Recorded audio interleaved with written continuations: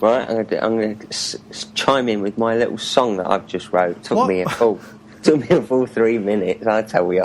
Why don't you chime in? That sounds amazing. Well, it's about you. Oh, okay. I love that. That's great. Let's do it. Let's do it to it. Come on now. Crazy. Right, you recording? I'm recording. Right. Just got to get my singing voice. Right, ready? Postman Pat, the kick-ass kid was Postman Pat. Impregnated all the women, even Helen Mirren. Now he'd wished he'd only put it in her mouth. And that, my friends, is a true story. 1 year ago in 2012, a crack duo, one martial arts expert and surprisingly good mimic, the other a weapons specialist and professionally bearded, were sent to separate recording stations thousands of miles apart to do an 80s and 90s action commentary podcast for a crime they happily committed. Something James Spader told them about that involved an industrial drum of coconut butter hand lotion and a common household whisk. These men promptly created a passion-filled wave of action adoration that swept throughout the internet underground. Today, still wanted by Steven Seagal for making one too many jokes about his expanding gut and knitted hair, they survive as podcasters of fortune. If you love action, if no one else can help, and if you can find them, maybe you should be listening to Dr. Action and the Kick-Ass Kid commentaries. This podcast, people, explodes. Hello and welcome to Dr. Action and the Kick-Ass Kid commentary podcast. I am Dr. Action. And I am the Kick-Ass Kid. Wow, it's such a pleasure to be here tonight. Who knew? Wow, crazy. How are you? I'm marvelous. I've never been better. I've got to say, wow, it's crazy. Now I'm doing well. I think we should probably cover some of the things that we missed being away, as long as we have been. So I thought we could talk about that. But first, I think I would like to point out why you sang the Postman Pat theme tune so beautifully at the top of the show. Why was that, Doc? Because the Kick-Ass Kid himself was interviewed by Mr. Andrew Buckley, author extraordinaire, on his show this week, and it was posted yesterday, wasn't it? That's right, yes. If you go over to the Write Out Loud podcast on Facebook, or over at planetkibi, KIBI.com, or on iTunes or anywhere like that, you can hear yours truly. That's right, me. I'm on another show being interviewed by Andrew Buckley, who's wonderful and a very, very dear friend of mine and yours. So it's great. I had a fantastic time. The show, I think, came off really well. I was a little worried at first after the show finished because I wasn't sure that I had been as sort of confident and positive as I could have been, but I think it came off very well, so I was pleased. Yeah, I've listened to it. Yeah, I thought it was a great interview. It fills in some of the blanks of my life and tells people. When I sat there before it started, I thought, I wonder if he's ever played a postman with a big nose. It turns out you have. Yeah, I imagine you'd played him with a beard. Yeah, like Andrew said, probably a stick-on beard. But I did play Postman Pat as a child. It was a demanding role, but luckily I do have the nose for it. Anyone who's seen my ridiculous face, I have the nose for it. So that was easy to come by, and then the rest was really just costume and a little bit of backstage antics just to get myself into the role. Your nose fuck some people. Yeah, well, you know how Postman Pat likes to do that. He likes to stick it in the jam of the local ladies. The jam. Yes. Oh, that is nice jam, Mrs. Mickens, or whatever. What accent did Postman Pat have? Postman Pat spoke like, all right then, Martha. Oh, no, was he like that, was he? Yeah. I forget. See you again later tonight. Oh, Pat, you dirty bastard. Oh, Pat, come and stick it in my jam pie. Tell me how you think it smells. Yeah. But yes, what a wet pussy. No, that's Jess. For people who weren't raised in England, none of these jokes mean anything. But fuck you. But also, we should mention that I was on regular listener of the show and regular commenter on the show, Geek Soul Brother. Geek Soul Brothers podcast just last night, live. I was on it live. So that was fantastic, and they were very, very complimentary about us. They really liked the show.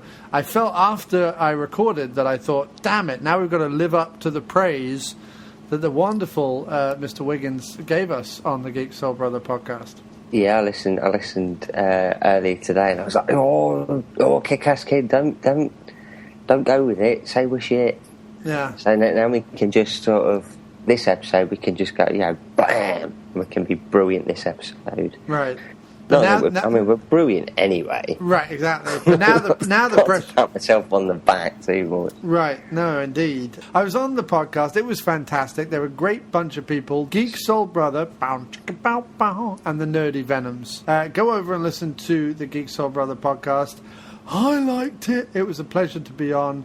I think you'll like it too. And it was great. We covered all sorts of stuff, including, and this is a fantastic way to link our next section, the film Jason Statham has just released, Redemption, or in the UK, Hummingbird. So you saw it, I saw it. Why don't we have a quick chat about that, Doc? I thought it was amazing. I really enjoyed it. I had it right with the old Bob Hoskins Mona Lisa comparison, didn't I? You did, yeah. I thought it was going to be like that anyway, but I watched that when I got home. Great. Nice little companion piece. Yeah, definitely. I think Redemption's a really, like, there's been a lot of talk of like, oh, this is where Jason Statham really acts. And to be honest, I made my comparison in my review, which you can find at the Dr. Action blog, which is over at dractionreviews.blogspot.com. Check it out now, because my boy, the kick-ass kitty, wrote a damn fine review about my movie. So yeah, Statham himself there telling us you should check it out. But like I said in my review, like a lot of critics have been like, well, now Statham really acts. Actually, he's been doing these slightly smaller budget British movies for a while now, Bank Job, Blitz, that kind of thing. And I think this is... I put it in the middle. I say it's not necessarily as light-hearted or as an easy watch as The Bank Job, although I think it's as a well-made film. But I put it above Blitz, which is... I definitely put it above Blitz. I like Blitz. I think if it had just been any other, I think if it had been a different actor in the lead, I think I wouldn't rate it any, as a great film, but because Statham's in it, I, kept with it and sort of enjoyed it. But like I say, if it was John Thor, right, I'd have no. You don't like John Thor? No, I'm just doing a comparison of another actor. Oh, okay. I couldn't think of one. Oh, okay. Bergerac. Yeah, if it was John Nettles, Squinty, or as I like to call him, the Squinty Witness, because he's a big red-faced, balloon-headed madman, isn't he? Yeah, it looks like he fell over in some stinging nettle. Yeah, literally. Again, more random British references. This show seems to have evolved into random British references from our childhood and bad impressions. That seems to be what we now do. And I like it. But no, I liked Redemption. I would urge people to see it. I mean, if people want to hear exactly what I think of it, listen to Geek Soul Brother or read my review. But if you want to talk about it quickly, sir, what were the bits you liked? What was the highlight for you?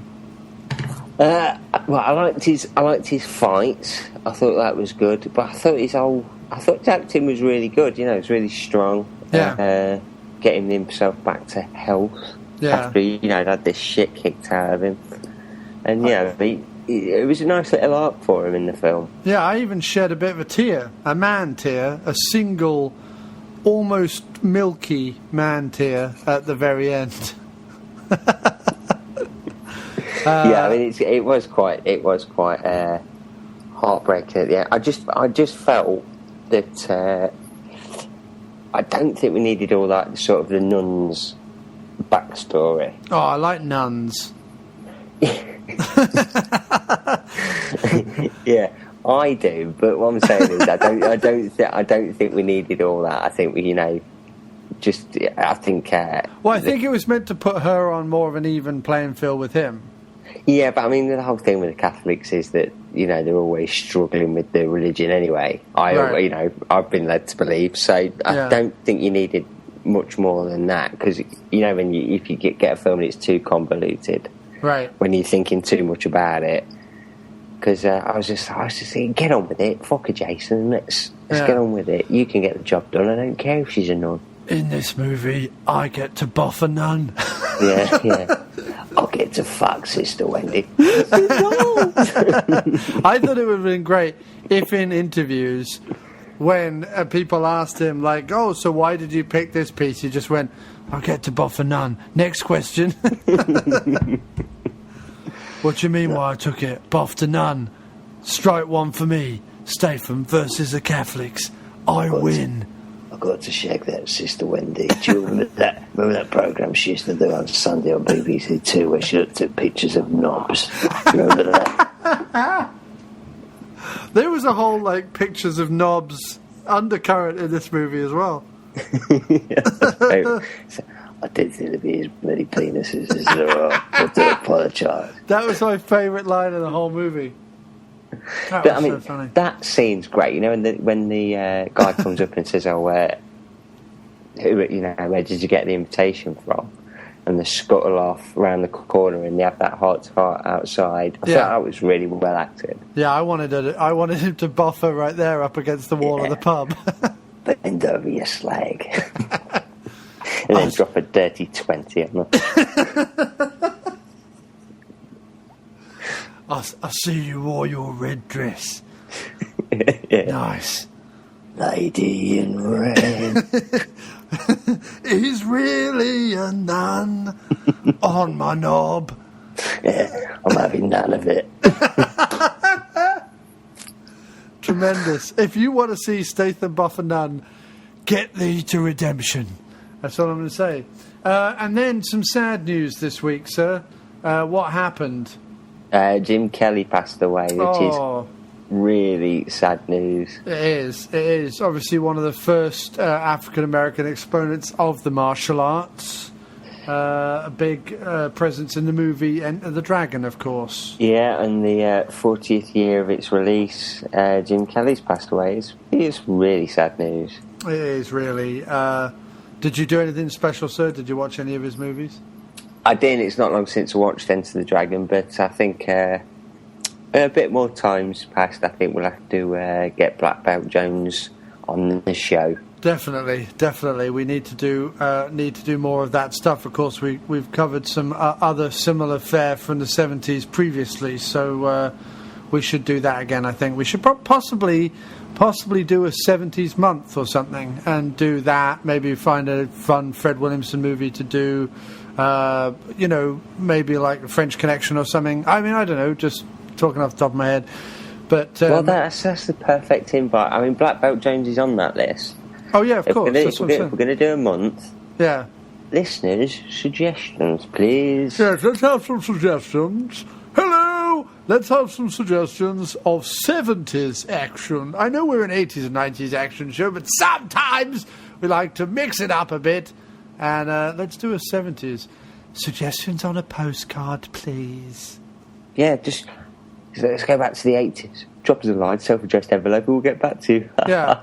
Send us a self-addressed, self-stamped envelope to this address, and I will shove it in my slot. Yep. Just put a check in it. Payable to Dr. Action Kick-Ass Kid Portuguese Retirement Home. Yes. Charity. Portuguese Retirement Home. Okay, so scrolling back up our Facebook, the other thing that happened is you bought the Mickey Rourke, Danny Trejo movie Point Blank. How was that, sir? I've not watched it yet. I'm on holiday next week, and where I'm going, they've got a DVD player, so I might just take it with me. Nice. And it's holiday, isn't it? It's not just another day at the mall. I'm looking forward to it. I got a comment on that, didn't we, saying it's terrible? We did. But also our good friend Sloan McDonald said, I remember seeing this back on VHS when it came out. I should track down a copy myself. Oh, there you go then. Yeah. That's the Sloan McDonald seal of approval right there. Chris Byrne has been commenting a lot this week. Thanks ever so much, Chris, for all your contributions to Facebook, and Sloan as well. Yeah. Chris Byrne has his own podcast, The Inglorious Bast Nerds, so check that out as well. Who said the negative comment about it, dude? I can't find it here. Yeah, it was Chris Byrne. Oh, he did? What did he say?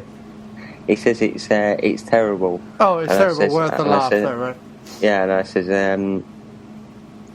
I've seen Man of Steel, so it should be pretty easy going, really. Yeah, so we should mention that as well. We both that's not. both fucking hated Man of Steel. No, it's just I haven't been able to rant on anybody else's show because every time it's brought up, everyone's like, "Oh, let's not go on about it." But it's fucking shit. So it's a fucking shitstorm of shitness, and you can read my review about how catastrophically turdy it is over at aftermoviediner.blogspot.com. Yeah, go and have a read of that. And now, our favourite man ever, Mr. Steven Seagal, he has been just shooting his mouth off full of ironic drivel this last week, and he said, we're living in a this is a strange pond to swim in. It's a very, very strange pond to swim in. There's a lot of people who have no experience in the martial arts who are talking like they've been doing it for 50 years. And talking as if they're masters. There's a lot of people who make up shit and lie through their teeth. There's a lot of people who have huge egos and huge mouths, love to talk and say a lot of stuff. And then there's people who are really highly accredited people who have been in the martial arts a long time. Certainly we want to hear from them. So, yeah, he was saying that this week, and I couldn't help but laugh, because it sounded like he was describing himself, big, batty, fat bastard. I can't believe he came out and said that. It would have been perfect if at the end of that he said, a lot of people say that about me. Right. A lot of people say that about me. What they don't realise is this hair is real. I'm just growing a ponytail at the front. And but no, he's been wandering around backstage at MMA fights in between his trips to Russia. Uninvited. Just he shows up at Russia and MMA fights just to waddle around like a big out of the way confused pig puffin. Really, that's what he's like. Here I can eat anything I want here at the MMA fight. Yeah, I hear in the background here they have a proper buffet. I hear that they have to eat a lot of protein in order to maintain shape. I have to eat a lot of protein too. Mainly large animals. I don't even skin them first. We serve a lot of slop here, Stephen, so maybe you want to cover up your beard. Just take it off. It's not real. I draw it in with crayon. So that's fantastic. What else have we got? Oh, yeah. We also posted a link to a very 80s and British, but very cool nonetheless, documentary about Canon Films. People who are waiting for the Electric Boogaloo documentary by the guy who made Not Quite Hollywood and Machete Maidens Unleashed on Canon Films, which is coming out soon. But, yeah, the people who are doing that documentary, we're waiting for them. But in the meantime, watch the BBC Panorama or whatever the fuck it was documentary on Golan and Globus that we posted on our Facebook. Has it got Esther Ranson on it? No, I don't think so. Sexy bitch. Oh, that overbite's gonna get it. I wanted to bite my nipple with her filthy overbite. Great pie cutters. Oh, yeah, fantastic. She doesn't even have to use a knife. She just sticks it in her mouth, dirty bitch. And then you posted, sir, a Black Rain. This kind of surprised me, a Michael Douglas Black Rain thing. Where did that come from, sir? Where did it come? I love that film. I didn't know if anybody would want us to do a commentary on it. Why wouldn't they want us to do a commentary on it? Well, that's what the general people were saying to do it, so we'll have to do that at some point. Everyone's been saying, actually, lately... In fact, we could do... Because I see Philip O'Neill. He posted The Year of the Dragon as a possibility as well, with Mickey Rourke. So... Yeah. Mickey, get to bed. Yeah, so we could do... I've got a copy of that to send you. Because everyone thinks that Mickey Rourke is, this kind of hard-bitten, grizzled, sloppy-mouthed American. But really, he's from Barnsley. That's true, right there. That is true. That is very true. When he's not playing characters like Tool in The Expendables, he sounds like this. He says, "Hello, I'm Mickey Rourke. I've come round to get some Yorkshire pudding." It's very much what he sounds like. You're right. It's not known in America. No, it's not. That'd have been very different in The Expendables if he'd have gone with his real voice. Because Stallone would have come in and gone, "I just can't get around of my mind." And Mickey Rourke would have gone, "Remember back that time when we were in the jungle and I saw that woman and I had to make a choice and I thought, oh, either she fucking lives or she dies. And I just can't get it out my fucking head, Sly. So what we're going to do? What we're going to do about it?" And I've never been able to get it out of my mind, so you've got a choice to make. What are you going to do? What are you going to do? What's he going to do? What's he going to do? Let's have a look on the board. Okay, so you've got 3 choices. You can go down to South America and blow the shit out of it. You can stay home and have more tattoos. Or you can get Jason Statham laid. It's your choice tonight on Mickey Rourke's Choices. That's the truth. I don't want to do any of them. I'd like to stay home. And scratch my... Why's your mouth so dribbly? But Jeff Kerman was thinking along the same lines as me, as he said, Black Rain, Year of the Dragon, and Rising Sun would be a hell of a marathon. I'd like the idea of doing Rising Sun, because then we could do Sean Connery impressions. That is it. Have you got Rising Sun? Not right now, but I'm in very tight jeans. It's another cheeky one from the Kick-Ass Kid. Because he took your Rising Sun to mean cock. But no, I don't have it, but I could pick it up or find it online or something. Okay, we'll do that then. We'll do that. It's got Wesley Snipes in it as well. We will do Dr. Action and the Kick-Ass Kid Head East, where West meets East. Maybe we could do, as a last one, we could do one of those Lee Van Cleef, Lolé, East meets Western movies, maybe. I don't know. Yeah. We've got Red Sun, Charles Bronson, and that... Red Sun, yes, we could do that. In fact, the movie, it's a bit annoying, because the movie we're doing tonight is kind of that, two Westerners in Hong Kong. Well, one Westerner and Rob Schneider. Just don't know what planet he's from. Yes, indeed. But, Tyler, in fact, I have to say, can I just say, we have taken a little bit of break since we did the Van Damme special. We've certainly taken, because we did the Van Damme special, an even longer break from doing commentaries. Can I just say that the enthusiasm on the Facebook page has been a joy, just a joy. I'm shouting out to our boys Eric Campos, Tyler Baker, Chris Taylor. They've all been, and Chris Byrne, of course, Jeff Kerman, Henry Wiggins. They've all been wonderful. They've all been very enthusiastic. So thanks for that, people. It means a lot. It does mean a lot. It does mean a lot. And keep chatting away, because we like chatting with you on Facebook, don't we? We do. It warms the hearts of my cockle. So yeah, and we have announced the show that we're going to, because we're nearly up to a 50th show. We are. We're nearly up to the 50th show. And why don't you do that, Doc? What, on my own? Announce it away. I thought you meant do the 50th show on my own. Oh, never, sir, never. No, I think you're going to have to join me in that, because we will be doing... Let's announce it now, what we're doing. It would be a great announcement. Do it now. We're doing Con Air. Con Air. It's going to be great. Looking forward to it. Put the bunny back in the box. It's going to be great. I'm going to love it. I'm going to work on my Steve Buscemi impression, and you're going to work on your Nicolas Cage impression.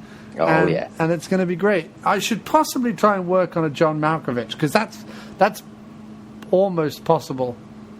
Yeah, John Malkovich is... I just can't think of John Malkovich. How he goes? I can't think of it off the top of my head, but I might watch Burn After Reading, the Coen Brothers movies, because he has some wonderful shouty moments in that where you really get to see his accent and his pronunciation and all that kind of stuff. Yeah. So I might watch that a lot and then come back and do John Malkovich. Yeah. Do him. Who at some point, back in the Dangerous Liaisons days, was giving Spader a run for his money for sleaziest man in showbiz. Yeah, I think Spader took over. Yeah, he Spader did. He saw Malkovich and raised him a Spader. He did, didn't he? He said, Yeah. I'll see you that, and I'll raise you a couple of other things who are misses. Yeah, oh yeah. Oh yeah. Oh, yeah. So, yeah, thanks, everyone, for the... and Mark Burns, of course, who's been very active as well. Don't want to miss anyone out. Scrolling down here. Ricky Lefebvre has been mentioning some stuff on Facebook as well. In fact, our 50th got a lot of mentions, lots of people wanting various things. And trust us, we will get to all your suggestions eventually. We were talking about First Blood, possibly Rambo 3. And then we're going down. Bond. Mark Burns suggested another Bond film. Chris Taylor suggested The Big Hit with Lou Diamond Phillips. And Christina Applegate. Christina Applegate. Eric Campos says, how about some Dirty Harold? I don't know if he means Dirty Harry or whether he's talking about the famous Barnsley sexual position that Mickey Rourke does in the end of Wild Orchid. Well, I think we both know what he means. Yeah. Oh, I'd like to give you a Dirty Harold. Then Tyler says, it's going to be one for the ages, another classic, another comedic masterpiece from the lawman of podcasts. Ricky Lefebvre says, Universal Soldier Regeneration. Rambo 4 also has an incredibly high body count. And then he said, I completely forgot about this one, Face Off. And who knows, maybe the 50th episode will encourage us to do a month of Cage. Who knows? Cage Rage. We could do Cage Rage, we could do Con Air, we could do Face Off, we could do... What else could we do that's Cage action? Well, we could do Stolen. We could do Stolen, we could do The Rock. The Rock, of course. But of course you are. I'm Stanley Goodspeed, but of course you are. Sorry. Of course you are, my boy. What else is Cage done? Oh, I could do Leaving Las Vegas. That would be a great commentary, wouldn't it? Yeah. Who's drunk again? Is this the bit where he's drunk? No, I think it's the bit where he's coming down off the drink. No, wait a minute. No, he's drunk. Yeah. We've got Paul Bianco saying King of the Kickboxers and No Retreat, No Surrender 3. Mark Burns says No Retreat, No Surrender or Where Eagles Dare, Way of the Dragon. Chris Taylor says, how about Double Team? I was like, look, can we stop with the sexual euphemisms right now? We're never going to have sex on the show. No, we're not. We haven't even met in person yet, and when we do, there will be sex. But until then, with a goat. We're going to use a goat as contraception. Yeah, we're just going to look at each other dead straight in the eye as we're doing it. Yeah, I'm going to stroke my goatee menacingly at the dock. This is all getting very disturbing. Let's move on. So we've made our announcement. What we're doing, it's going to be crazy. It's going to be Con Air. Not in that film. Surely I'll turn up at some point. Talk about it. It's great. It's crazy. It's got my friends. Nicolas Cage. John Cusack. John Malkovich. It's all the Johns. It's beautiful. I know Nicolas Cage personally. I did The Bloody Weatherman with him. It wasn't that great a film. But it was so bloody K. It was so bloody K. I'm going back to sleep now. Fuck you. Nice. Oh, I do like Michael Caine. Yeah. My name is Mark Cocaine. And now that's all the stuff we had to talk about. But now, what about you? What are you all talking about? Well, we've had lots and lots of messages on the Facebook for people posting things. Did you want to take it away, Doc, with Robert Longfordshire's message? Let me just find it. Let me just find it. He's not ready. He's not got it there. He's not. I look like that. I was looking at something else, probably porn. You're not on the bloody ball. You are cocking it up for everybody. I was just on it, and we started talking about Nicolas Cage. I don't want to hear any of your bloody excuses, Master Wayne. He also said that. Stop fucking around now. Go put your batsuit. I can't find it, dude. You're going to have to read it. Okay. I'll do it as my... Okay. So, this last show had a lot of impersonations. For Kick-Ass, I know him for 5 impersonations. Here they are, ranked. In order of the best.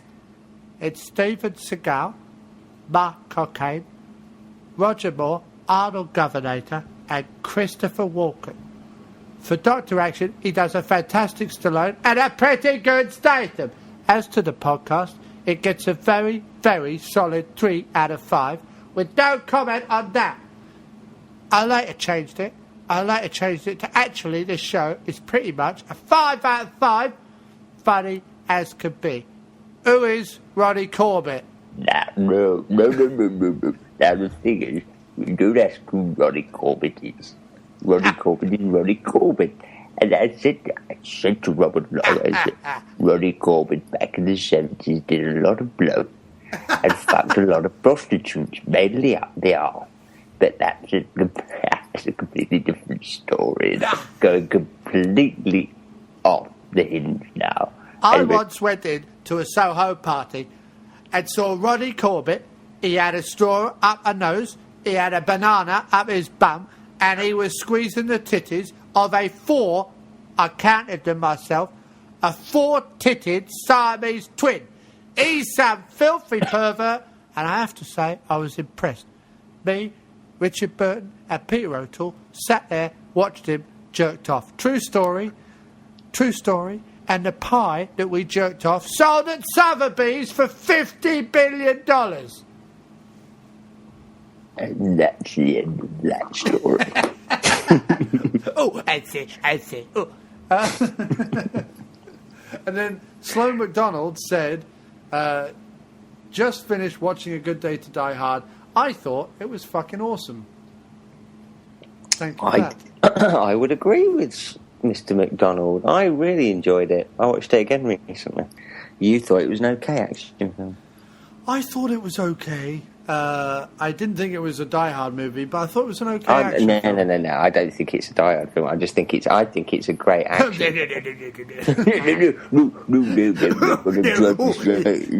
The thing about it is not really a Die Hard film at all. It's just like when people heard my album, Boo Coop of Blues, they went, it's nothing like the Beatles, Ringo, fuck off back to Thomas the Tank Engine.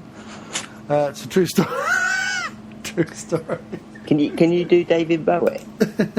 David Bowie, I can sort of do that, and it sort of doesn't sound anything like him.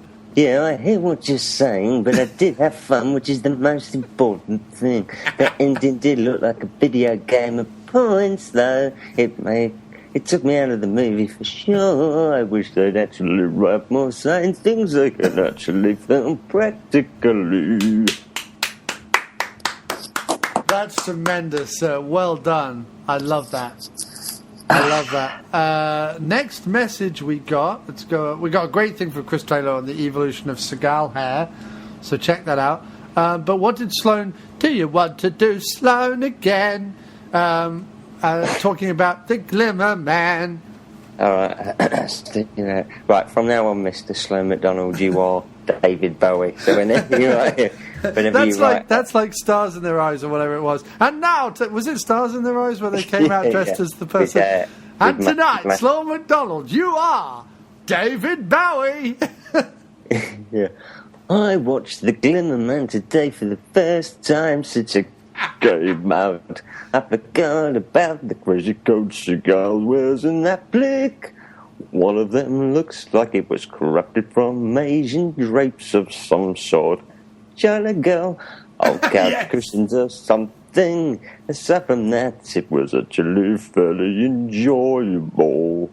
Good bit of action, and Seagal hadn't ballooned into the hunk of a man he would become. Ha ha nothing known. God, that took it out of me. That was fantastic. I love it. So yes, we will be doing the Glimmer Man at some point in the future, most definitely. And now I wanted to say that Douglas Tilley, one of our listeners and dear friends, Douglas Tilley, he's not been doing martial arts for 40 years like I have, but he did ask us to cover a film called Santa's Summer House, which features Gary Daniels, Cynthia Rothrock, and Kathy Long with Chris Mitchum. Have you ever heard of this film, Doc? I'd never heard of this film. Never. But I saw the cover and I thought, that can't be a real film. He's gone and photoshopped that. He has. Even the toughest action stars in the world have a soft spot in their heart for Christmas. But it's on Amazon. Yeah. So I'm thinking at Christmas. That's our Christmas film. There's no question we're doing that. I'm going to buy a copy, download a copy, rape an old woman for a copy, something. Whatever I have to do to get it, I'm going to do it. Because I need to see that film medically. Yeah, I can't wait. Dear Santa Claus, I'd like to have some more ninjutsu shoots for Christmas, please. Love, Gary Daniels. Yes, indeed. I like the video cover. It's got the puppy on it that Seagal ran over. Yeah, it has, yeah. I ran over that puppy. Fucking little bitch. And Jean-Claude Van Damme was not happy. I was not happy that he ran over the puppy. I was not happy at all. What else? Oh, yeah. Bulgarian news sources. Why don't you do this one? News desk. Oh. Bulgarian sources they've confirmed it, haven't they, that Steven Seagal and Mel Gibson are going to be in the Expendables 3. I'm going to be in the Expendables 3. I'm going to be the villain of the piece. It's because I'm going to be a Jew-hating fuck. Stallone's not confirmed it, has he? No, he's not. He's sort of said that he spoke to him about it, spoke to Seagal about it, but so don't you think it's getting a bit overrun with Expendables 3? Do you think the cast's getting a bit too big? Wesley Snipes has been confirmed, hasn't he? Yeah, I mean, I think so. I mean, unless it's going to be just balls to the wall. I mean, I think after 2, it needs to have more action in it. I think 3 needs to have, like go back to the model of the first one and have, here's your Jet Li Lundgren scene, here's your Statham scene, here's your Rourke scene. Mickey Rourke has, of course, confirmed that he's back as Tool. Yeah. Which hopefully now, without the Iron Man 3 conflict, he'll actually be able to do some action in it, which would be great. I mean, it's difficult, isn't it? Because, how do you give everyone their piece? I think I rather Seagal than Mel Gibson, if I'm honest. I'm just looking at it. Jason Statham's confirmed. Sylvester Stallone's obviously confirmed. Schwarzenegger rumour. Schwarzenegger's confirmed. He said it himself. Okay. All right, he's confirmed. Yeah, he's going back, and they better hide up the maids. Nicolas Cage is confirmed, isn't he? No, I don't think so. It says on IMDb, there's no rumoured next to him. It's got Nicolas Cage, Mila Jovovich, Mickey Rourke, Jackie Chan, Dolph Lundgren, Steven Seagal's rumoured, Jet Li, Wesley Snipes. Wesley Snipes is confirmed, I think, isn't it? Yeah, he is. Yeah, I wish they'd done Rothrock. I mean, Jovovich is great and everything, but I wish they'd done Greer or Rothrock or something. I just feel like they really, really should have gone back and done the 80s and 90s stars. I'm just wondering if with Jovovich, what they're doing is they're putting her in this, and then they're going to spin off her into her own franchise, Female Expendables, where she's the boss. You think? That wouldn't surprise me. It wouldn't surprise me. I wouldn't be surprised. So it sounds like you've got a bit of a cough there. He's doing that David Bowie. It's really took it out of me. And also, I would like to announce to all our American listeners that Bullet to the Head is being released on Tuesday. So I watched that again Sunday night. I will be running down to my local video store and purchasing that shit the moment it comes out.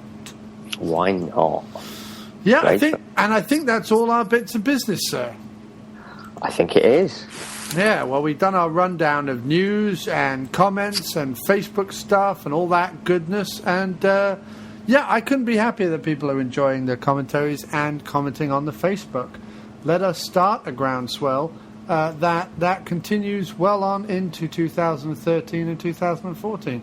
And who knows, one day the Doc and I might get to make our magnum opus documentary that we want to make. Let's make it happen. I'll tell you what, it'd be great if we could culminate it in going to the premiere of X3 and crashing the party. And then we will head on into the wonder that is Knockoff.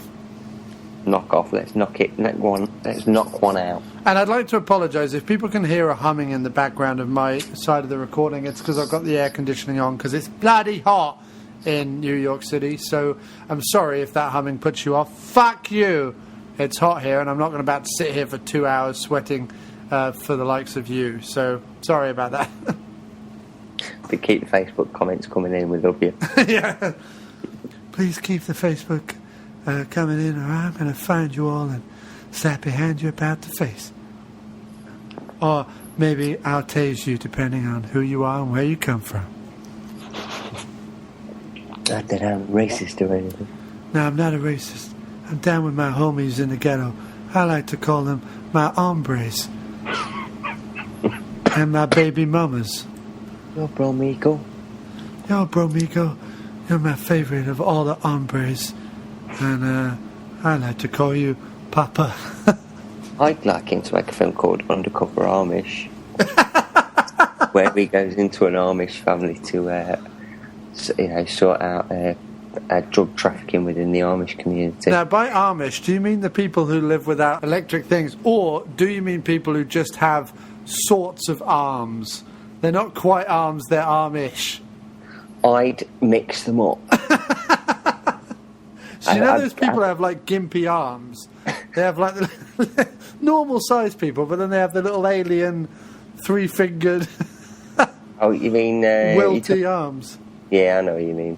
Yeah. Jeremy Beadle rises from the grave. Yes. Oh, did he just have a gimpy hand? Gimpy, I don't know what he had, but he was weird.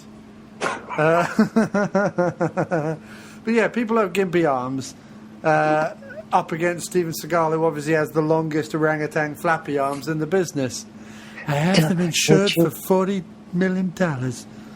Don't you wish you had arms like me? Yeah, I'd watch that. I'd go for a remake of Witness with Steven Seagal. I would. Can I get a witness? Him and his gospel band travel into Amish country and just insult people with gimpy arms.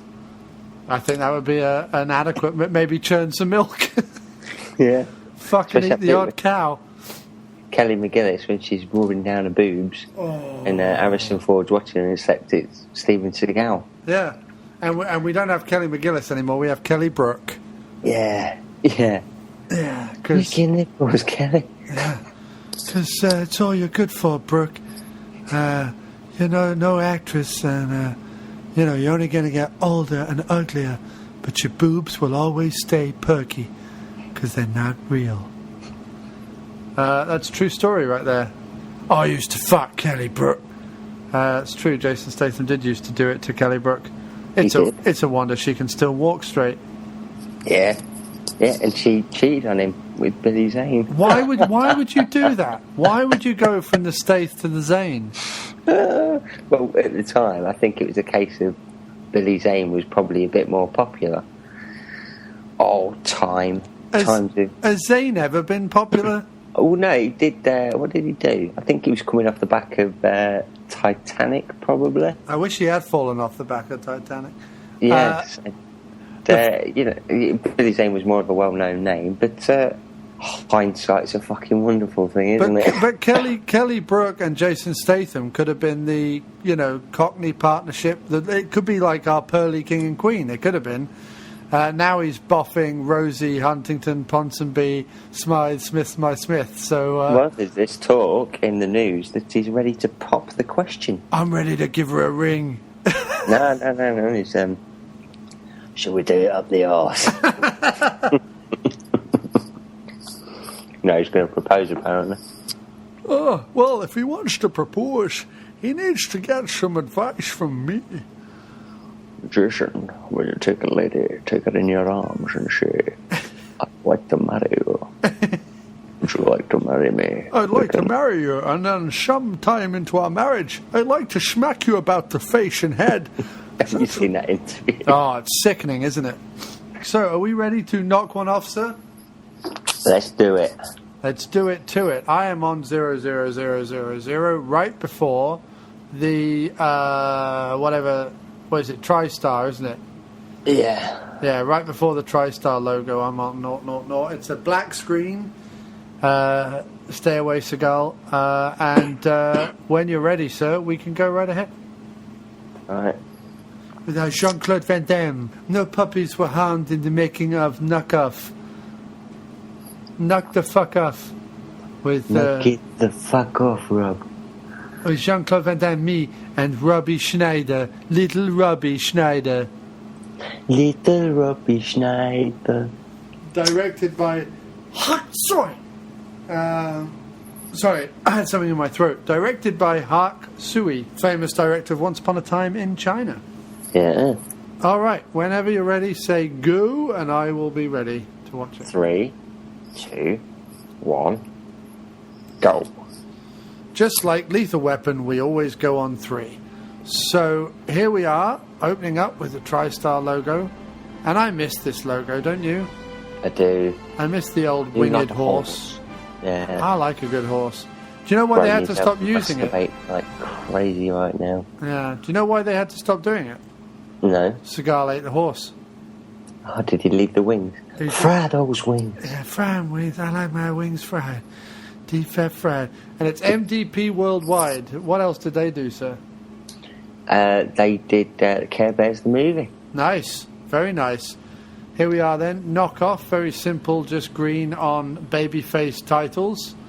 That's what we like. Yeah, that's class, that. That is. Class. And we've got to read subtitles. Oh, fucking subtitles. And I will read the subtitles in the style of me. Closer now. Scanner indicates 17 meters. We have a crate in sight. We do. Shipping label intact. There are knockoffs, sir. Good work. And here they are. They're opening up their crate of knockoffs like you do in the ocean. That's what you always do. Yes, it's what you have to do. Here are the police.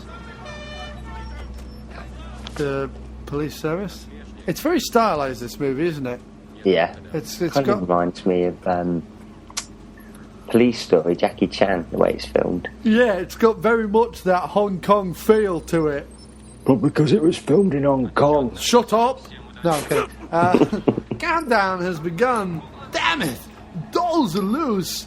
Yeah, the dolls are loose. And they aren't just your ordinary dolls. Oh no. They're Cabbage Patch dolls. They are. They fucking stink. Look at them trying to get up. They're all trying to run away. They're all like little puppies. There, I told them to do the little puppy stroll under the water. And here we go. Oh, right into the eye, bit of early CG. Look at that. It's a bit shit, isn't it? Oh, that's... David Fincher stole that for Panic Room. Fact. But yeah, some great like speeded up crane shots. Look at this explosion. This explosion's green. It's like the beginning of a James Bond movie. A green explosion is the worst explosion you can have. Yeah, it is. When something explodes green, it is often more hazardous than when it explodes orange, dear boy. I learned that making Bullseye with Michael Winner. Michael Winner? Robert Long forgot to mention Michael Winner as one of the impressions that I do. Probably because I'm dead. That's deadest. That is. Bit of gore right there. I did like this opening sequence. It has got something of the Bond feel to it, don't you think, sir? It certainly has. During my time as James Bond, it's me, Timothy Dalton. During my time as James Bond, I was very much more serious than the other James Bonds. During my time, I was very much more rapey and punchy. Much more pushy. And that really totaled that fucking boat, didn't it? But It here did, he is. yeah. Flappy Hands is still alive. Smacking. Let me take care of him. Oh no, he's fucking dead. Shoot him, he tries. But the water, it holds him back. It's not good. It's not good at all. He's all sweaty. Look at that. It's a fucking grenade. Who expected that? Insanity. But that wasn't a green grenade, it was a yellow explosion this time. Yeah, it's one of the standard ones. Just the standard one. They didn't go with a full green one. No. Although I hear that the green ones are environmentally friendly explosions, and therefore Seagal really should have considered using them on Deadly Ground or whatever it was that we watched recently. June 30th, only 72 hours away, Hong Kong and the world are poised for one of the most historic moments of the closing. Okay, and so here they are talking about the fact that the British are leaving Hong Kong, which was an outrage. Because really, we signed a petition saying no, didn't we? We did, yes. Because I feel like the Empire should still exist, and we should still be telling people what to do all over the world. Because let's be fair, we did it better. And here we are, some boobies on the left, British flag in the background. There's more boobs. I could have done with some full frontal at this point. That's what I was really looking for. Yeah, not from Rob Schneider though. No, just from the women. Oh yeah. And to have them, because they're so tall, but obviously the director isn't that tall, to have them all filmed just from the boobs down. So you can never see their head. I don't want to see faces. Is that misogynistic of me? Tell me, Arnold. No, you don't need the faces. You only need the front bum and the boob boobs. When I look at the man, the obscenity of the vajayjay, it's horrible. I can't get away from Christopher Walken now. Every impression I do is going to sound like Christopher Walken. Damn it! Send him an email. I was trying to do Werner Herzog, but it's just coming out like Christopher Walken. Here he is. Now, is he reprising his role of like gay man singing in a car in this scene? I think so. This really just over the top Jean-Claude Van Damme sort of like. It's great being. What am I doing? I'm doing fucking Arnold Schwarzenegger. Because he was gay karate man in Monaco Forever, and I think this is like that. He's bringing that character back. I feel. Yeah. For this. He is. Hey, look at you! I've got things for you. Hey, have a toughie. Oh, you want another one? You can't have one. Fuck off. He's having one. You're having one. He's a mime. Hey, Mr. Miyagi. Do you see the mime in the corner with the white gloves? Yeah. Oh, he's in a box. He's walking against the wind. Look at this guy smoking while working on packing crates. That's not good. The whole fucking thing could go kaboom. 15-20 minutes. Long enough to make sail. I always like it. Now show me the puppies. There aren't puppies in this movie. No. I meant the shoes. The Puma puppies. Oh, they say Puma. That's fucking shit, isn't it?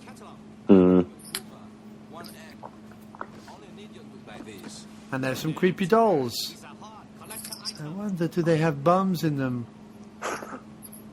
I'll take one just to have a play with myself. Yes, I like the dolls, Mummy. I want the dolls.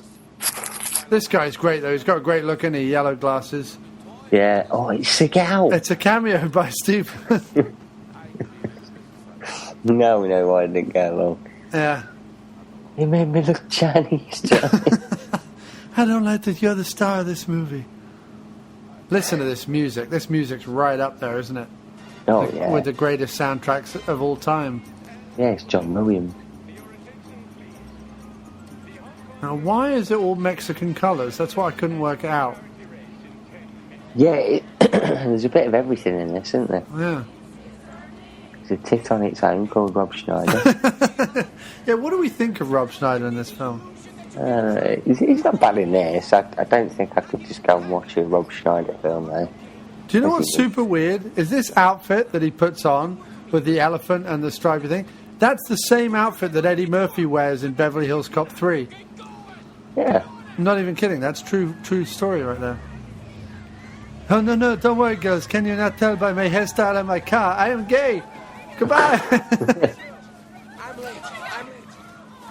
If you had only heard me singing Japanese music earlier today. Chinese music, rather, sorry.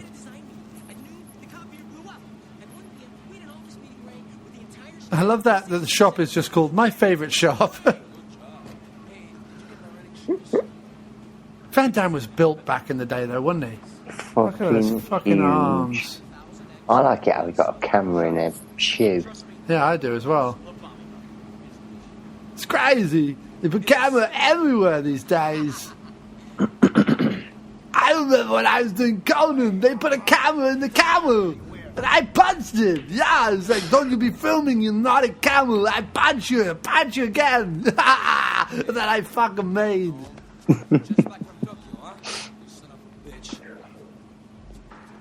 Now that guy in the background, who's got a supporting role, he's been in a bunch of stuff. Yeah, oh yeah.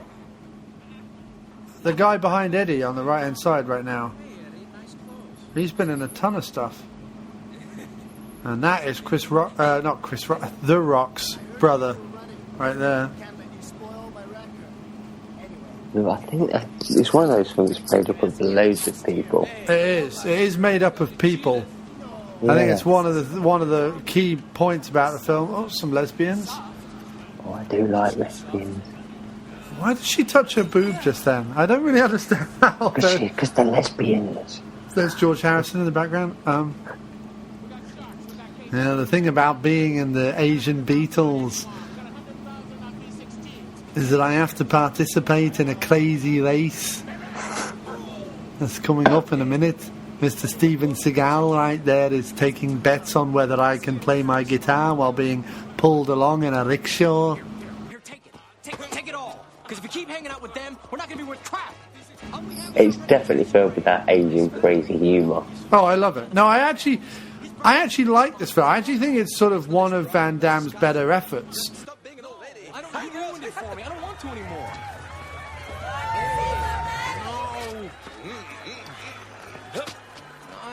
You worry too much. Look, I'm in condition.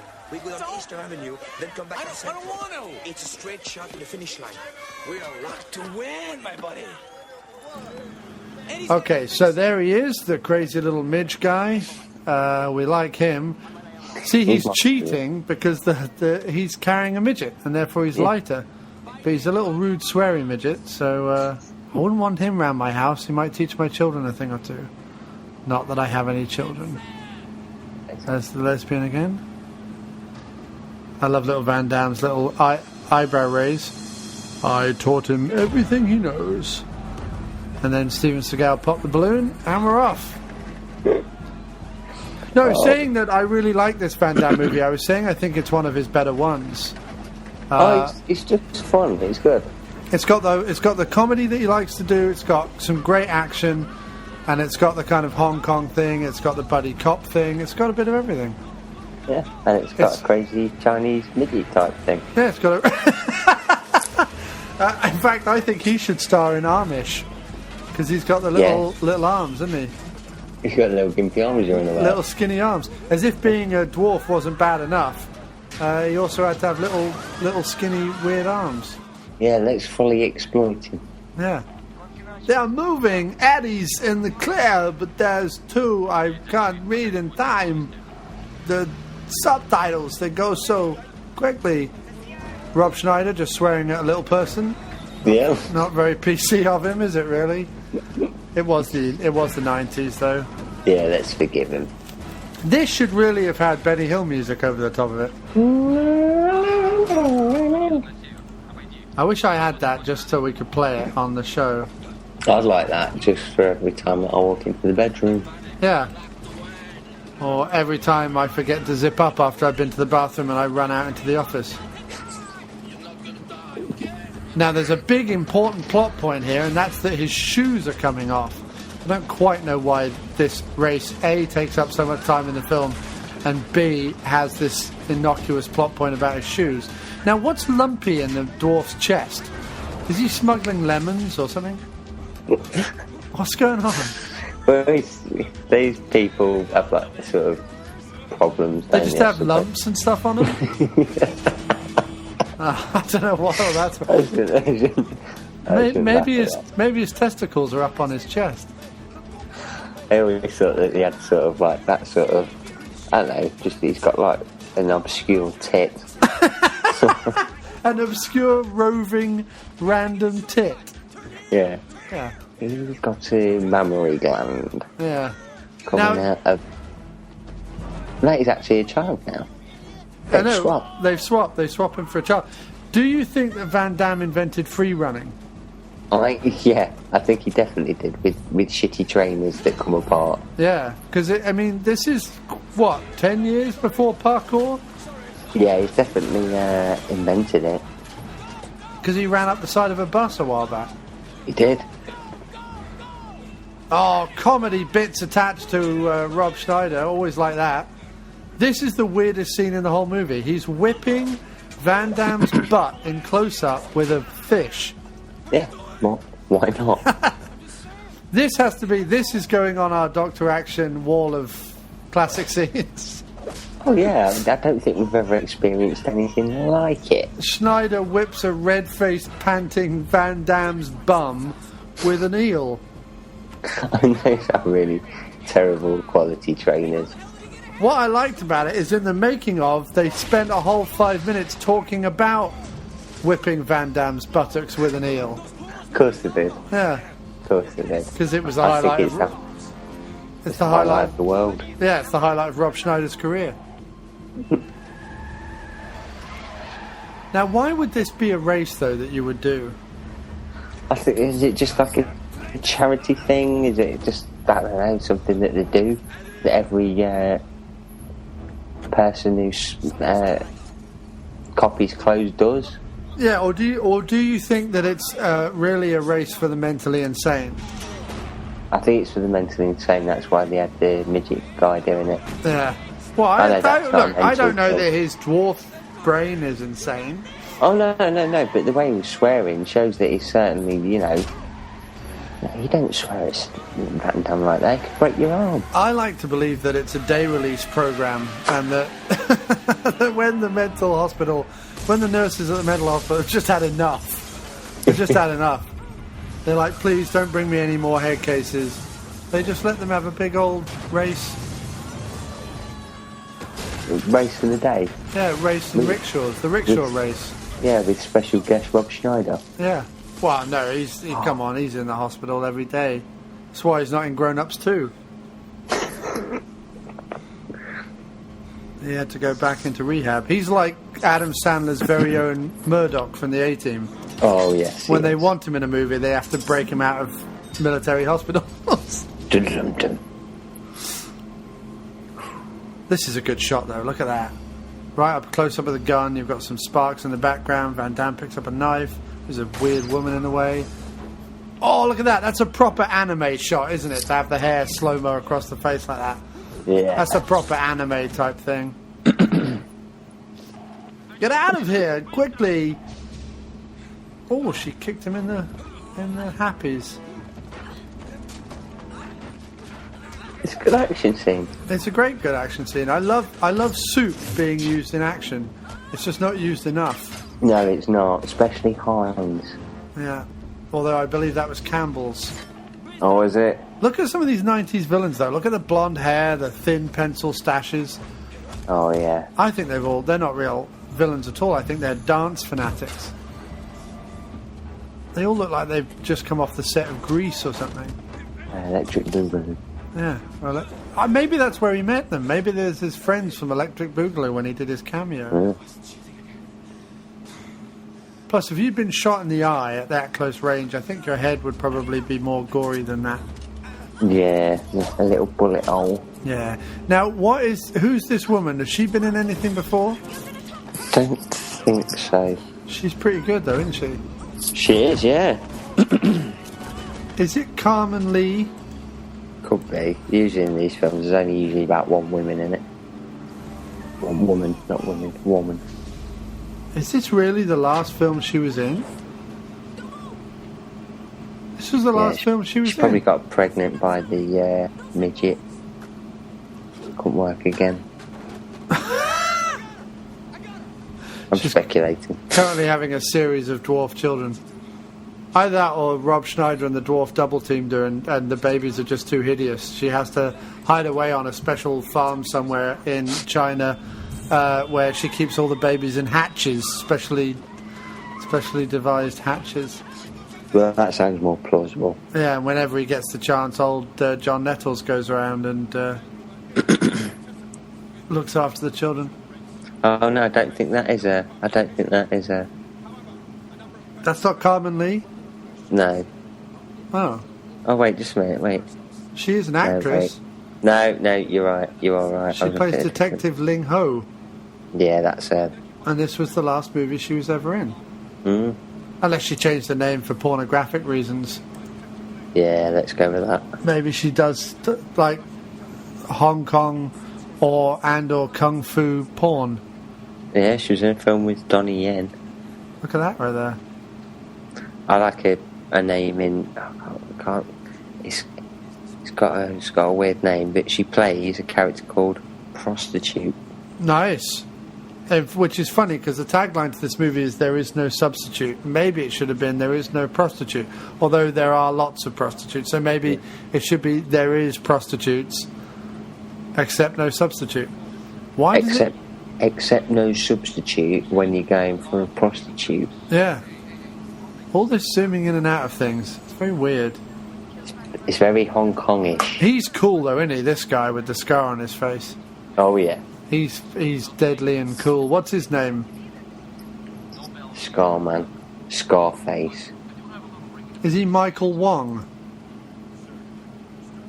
Yes, Michael Wong.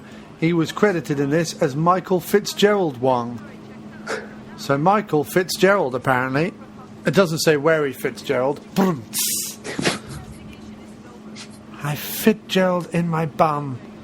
But yes, it was a shame. Now, I like this guy, but why wasn't it Michael Caine? Well, that's a question that you just have to ask all the time. Why wasn't it Michael Caine?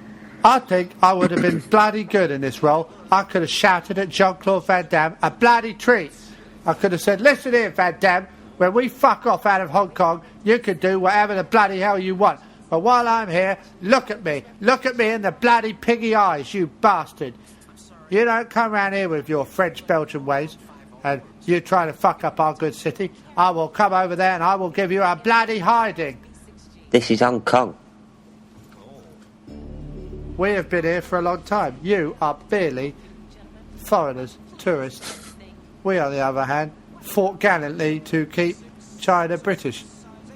Haven't you seen Zulu? Wrong yeah. continent. Oh, it's Uma Thurman. Yeah. She's also a lesbian, with that woman in the background. This whole movie is very diverse. There's a lot of political correctness going on in this film. Yeah, I'd call the cast international. Now, you see this woman here, the lovely Leela Rochon? Yes. You can bet Van Damme and her had a few steamy nights. Oh, yeah. I bet she watched him tear a pair of jeans in half and she came instantly. Yeah. You want me to beat up Robert Schneider? And then I stick my penis in you? You want me to beat you up with my penis and then stick Rob Schneider in you?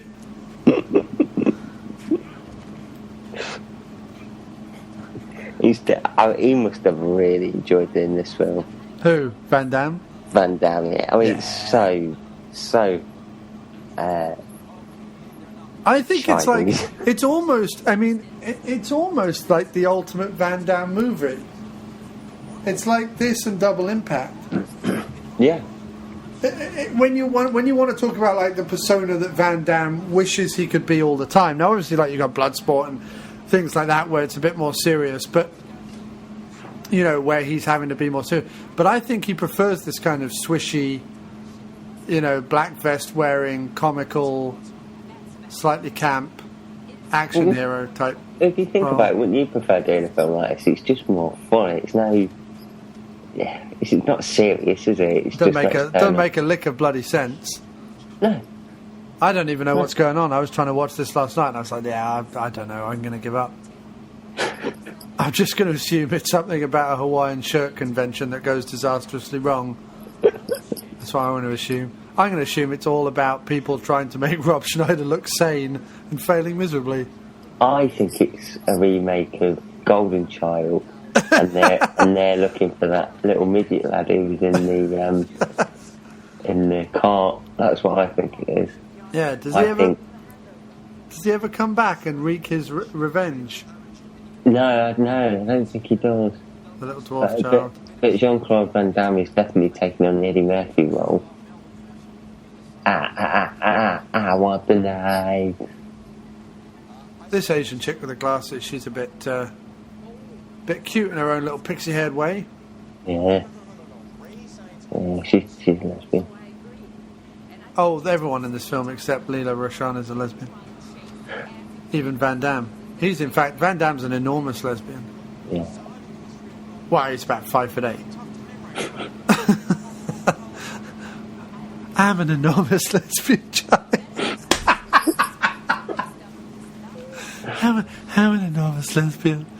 If Van Damme's one, I want to be one. I love the pussy.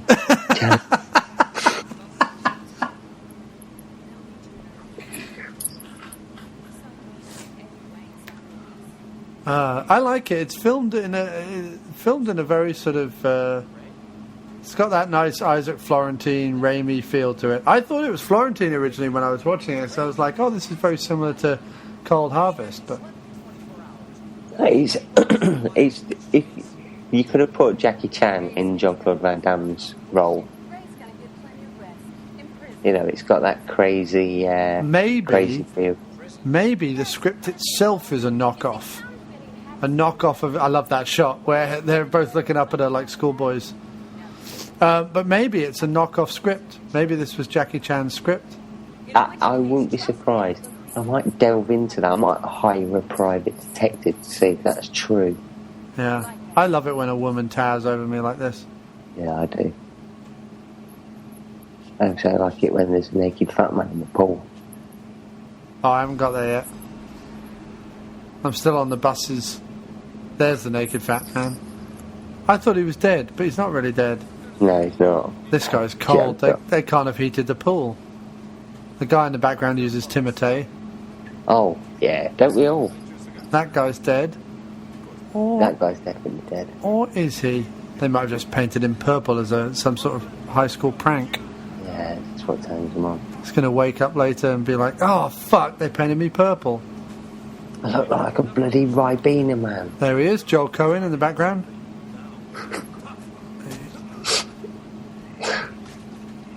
Stephen Baldwin. And He there, looks like Andrew McCarthy in Stack. either that, or he looks a bit like the guy who played Spender. Jimmy Nail. Yeah. Not him, not the Steven Seagal looking guy. No, you mean Jimmy Nail, Spender, just a minute. I just wanted to get another... Spender, no, I can't do Newcastle. Why, aye, man? It's all like that, don't they? I can't really do it either. Snooger's listening to this now going, stop it! Stop trying to do it and getting my accent wrong! Doing Geordie. I can do like the Geordie. We're going to go out tonight, we're going to go and get fucking smashed, man. Yeah, that's okay. That's not bad. You see that fish? Yeah. Seagal ate that fish. Yeah. Yeah, this is Scar's favourite scene. I could eat that. Oh God, I could eat Chinese right now. I could. Oh God, I'm so hungry. If you were here right now, we'd be watching this. We wouldn't be recording, and we'd be eating Chinese. Yeah. Naked Chinese woman. Yeah, like one of those where they lie them out and they put the sushi all over the nips. Yeah. I like curry though, so it might burn her. Yeah. I don't like curry, so mine's okay. Mine prefers me to you. Oh, my noodles might get lost though. Yeah. Well, especially if she has a voluminous belly button. I like the singing old woman. She gets a cameo. Yeah. Every old woman should. Just get a cameo. Yeah. Yeah, that's somebody's grandma. It is. I have an old woman who works in my office who runs around annoying me a lot. Yeah? Yeah, she always gets a cameo.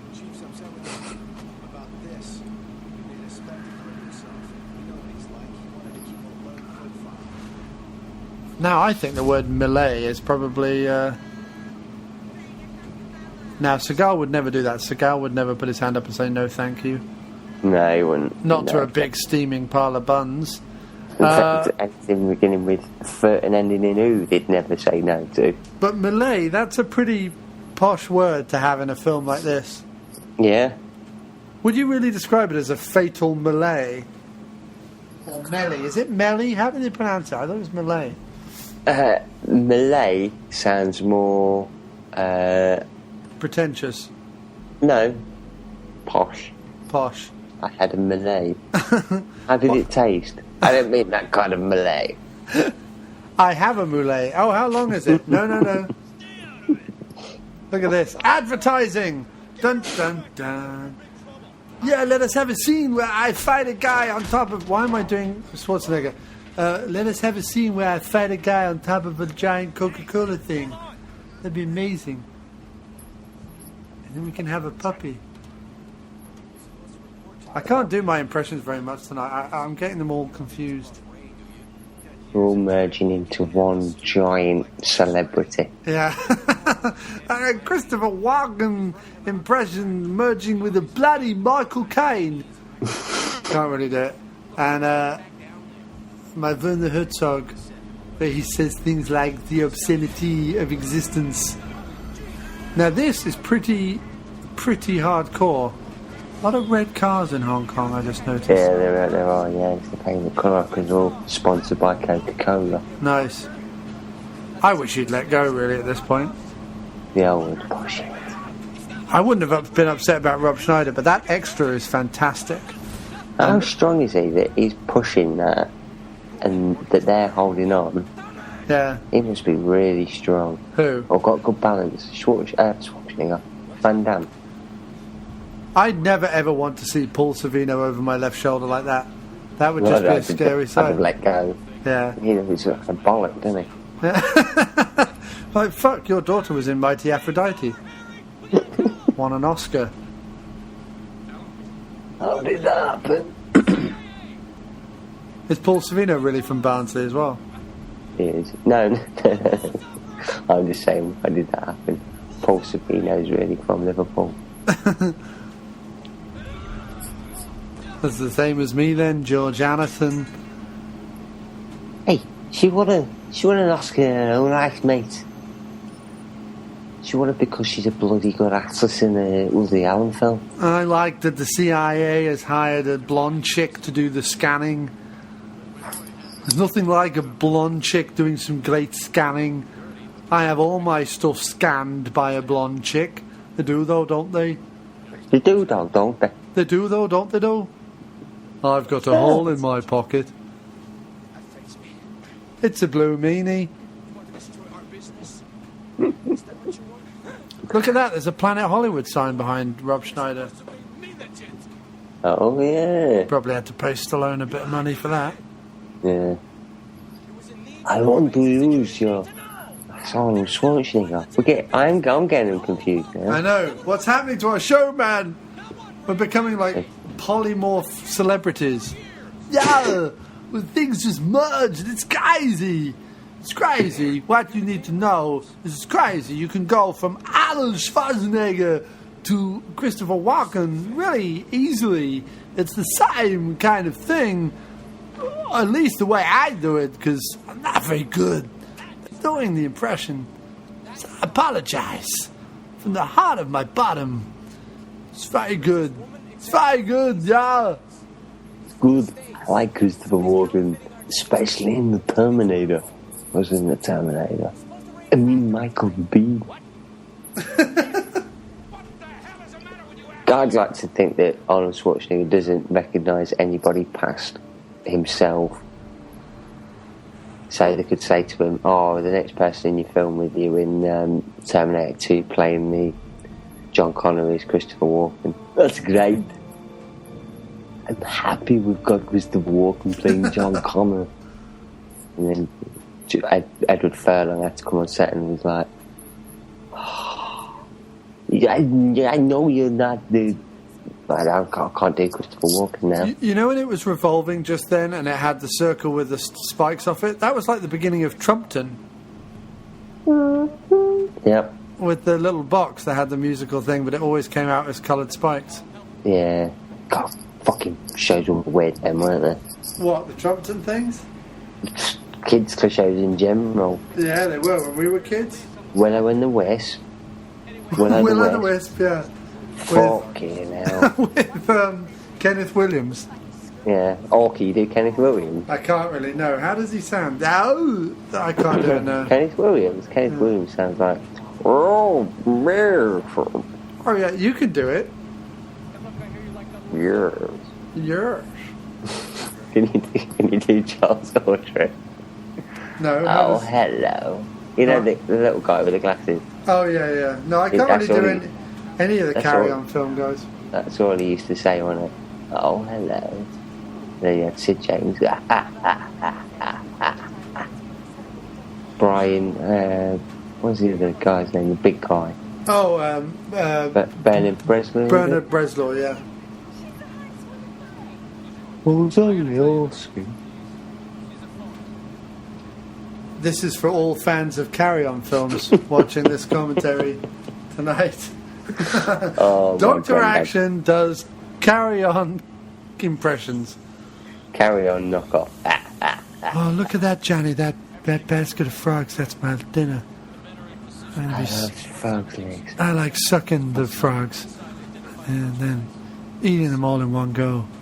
And that makes my belly wriggle, Johnny. My big old belly. Most people have snake skin boots. I have frog skin boots.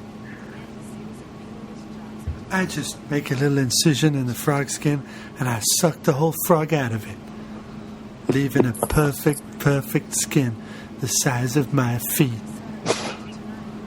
I have tiny women's feet, Johnny. I put a frog on each toe. There it is. Joel Cohen is not looking well, is he? No, he's coughing like me. He is. It is me. If he keeps coughing, he'll be in a coffin. Yeah. It's like, what's he doing? Joel Cohen in the movie. Makes no sense. He's thinking, oh, pizza. I had Chinese for lunch. I could get a pizza. I can eat pizza. Rob Schneider's like, oh, pizza. Now we're talking. I could eat Chinese, though. I could still eat Chinese. Yeah? What are you going to eat later? Nothing. I'm just going to have a bit of cereal or something. I'm trying to lose weight. You're trying to lose weight? I didn't think there's anything on you. I'm trying to lose weight and get a bit fit. Just a little bit. It's my summer thing. Like, when the summer comes around, I like to have a bit of a purge. Yeah, so you're trying to lose weight, so you're going to go and have some sugary cereal. No, I'm going to have, like, cereal and fruit, you know. Oh, okay. Okay. That's fine. Weetabix. Oh. No, I don't know why. It's the summer. I just like to get a little bit more. I just want to get rid of the man gut a little bit. I got too much of a man gut. It's a bit uncomfortable in the old when I put on the old jeans. Yeah, I see. No, I'm not trying to claim that I'm like Seagal weight. I'm just saying. Yeah, don't try and compete with Seagal. You lose. You're not fatter than me. I've been fat for 40 fucking years. I have no idea what's going on right now, but I love the scene. It's what it is. It's like a film that Jean-Claude Van Damme. They needed to make a film with Jean-Claude Van Damme with a kick-ass Asian director. They drew up a list of set pieces that they wanted to do, and they needed to put a storyline around it. So they went, "Could it be about fucking knockoff jeans or something?" Yeah, may as well.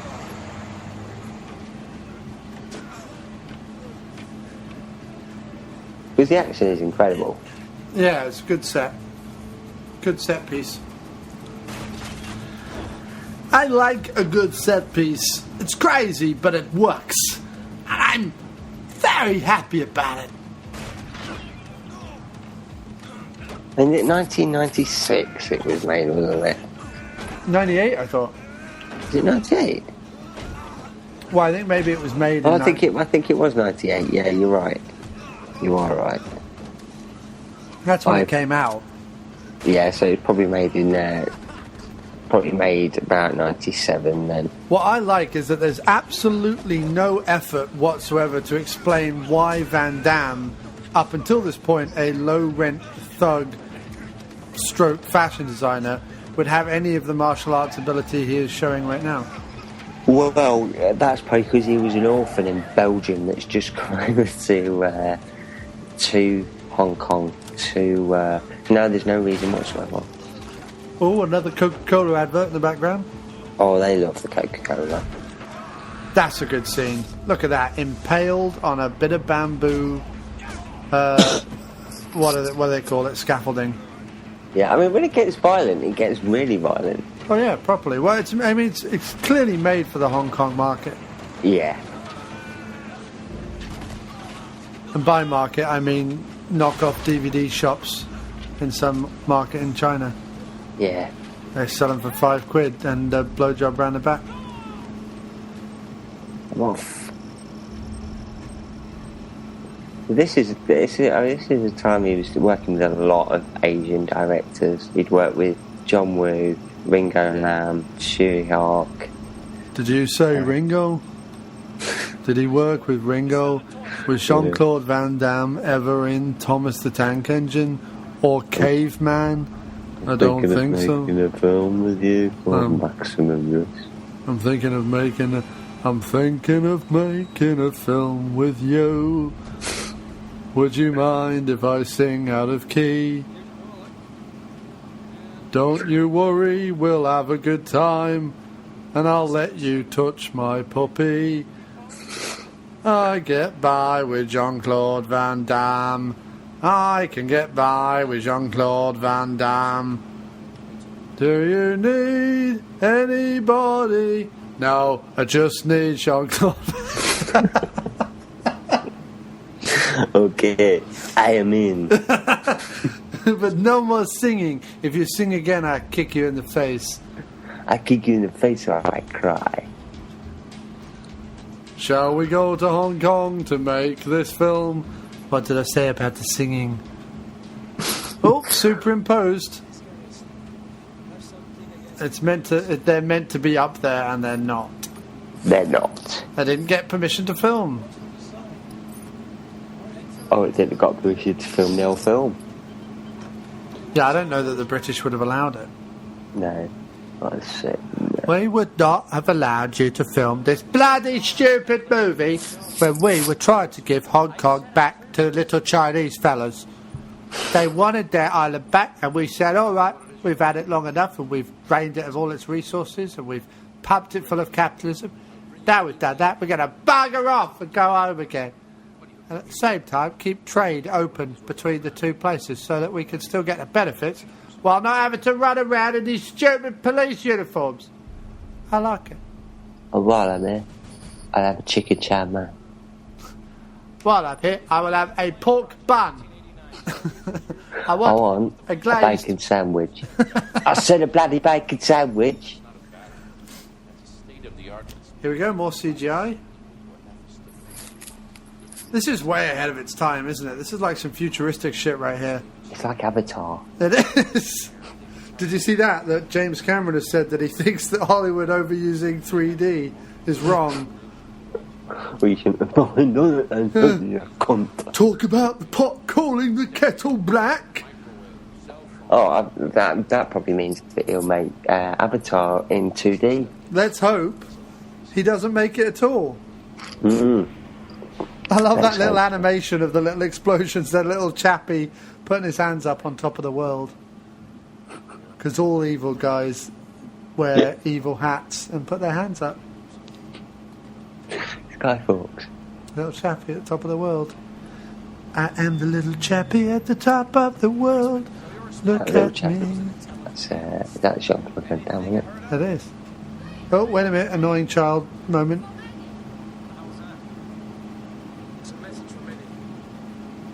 Is that a durian fruit? Is that like the death fruit? I'm not. It looks like a blowfish. Have you ever heard of durian? Yeah, it's into something. Is it the outside that's poisonous or the inside? No. The inside is edible, but it smells like corpses. Oh no! I thought it was. I thought I saw a film one time where there was a fruit and the inside was poisonous. Oh. It smells like death. It does. No, I've actually eaten it. It's horrible. I ate it as an ice cream and almost was sick everywhere. Why would they make that? I don't know. It was my friend Mal's mad dad made ice cream out of durian because he'd bought an ice cream maker. Either that or he was getting rid of a dead body. Yeah, no wonder I felt all nauseous afterwards. Did you get rid of that bit of body? My kids had it. Yeah, it describes it as a seasonal... It is a durian fruit that he was just handed. It's the fruit of several tree species belonging to the genus Duria and the family Malvaca something or other, I don't know. Regarded as many people in Southeast Asia as the king of fruits, the durian is distinctive for its large size, strong odour and formidable thorn-covered husk. Mm. The edible flesh emits a distinctive odour that is strong and penetrating, even when the husk is intact. Some people regard the durian as pleasantly fragrant. Others find the aroma overpowering and revolting. The smell evokes reactions from deep appreciation to intense disgust, and has been described variously as almonds, rotted onions, turpentine, raw sewage, and then in brackets it says citation needed. I need a citation to know where somebody called a durian fruit raw bloody sewage. I need a fucking citation. Without one, I don't bloody believe it. The persistence of its odour has led to the fruit's banishment from certain hotels and public transportation in Southeast Asia. It's true. That's weird. Yeah. The 19th century British naturalist, means he liked to walk around naked, Alfred Russel Wallace famously described its flesh as a rich custard highly flavoured with almonds. He was later committed and spent the rest of his life with holes drilled into the side of his head, drooling about pigeons in the corner of a paddock. That's true, isn't it? That's absolutely true. I'm reading that fresh from Wikipedia. From his blog. Oh, what just happened? He just ate that fruit. Nice. Was that Eddie that just blew up? Yeah. They got him in the end then. Eddie. It's Eddie from the Rocky Horror Picture Show. Eddie. When Eddie said he didn't like his Teddy, you knew he was no good kid. But when he threatened your life with a fridge blade knife, what a guy. What a guy. He did him cry. What a guy. Makes you cry. And I did. That's all fans of the Rocky Horror Picture Show. Yeah. I love the Rocky Horror Picture Show. I don't know why. Do. Oh, more durian fruit. Oh, a joke about bananas. They do have bananas, actually. There are 2 different species of banana. One of them is Asian. So there is such a thing as an Asian banana. So Rob Schneider's joke is wrong. Yeah, fucking tomat. Yes. You can't be accurate with your jokes, so I don't want you making them at all, alright? They're trying to hit him with a stick.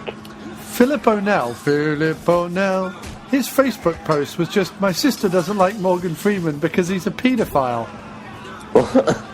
That's what he just wrote. Nice. Oh, is it? Hey, Johnny Hansen. He's watching Johnny Hansen, isn't he? Nice. Rob Schneider was just sliced in slow motion.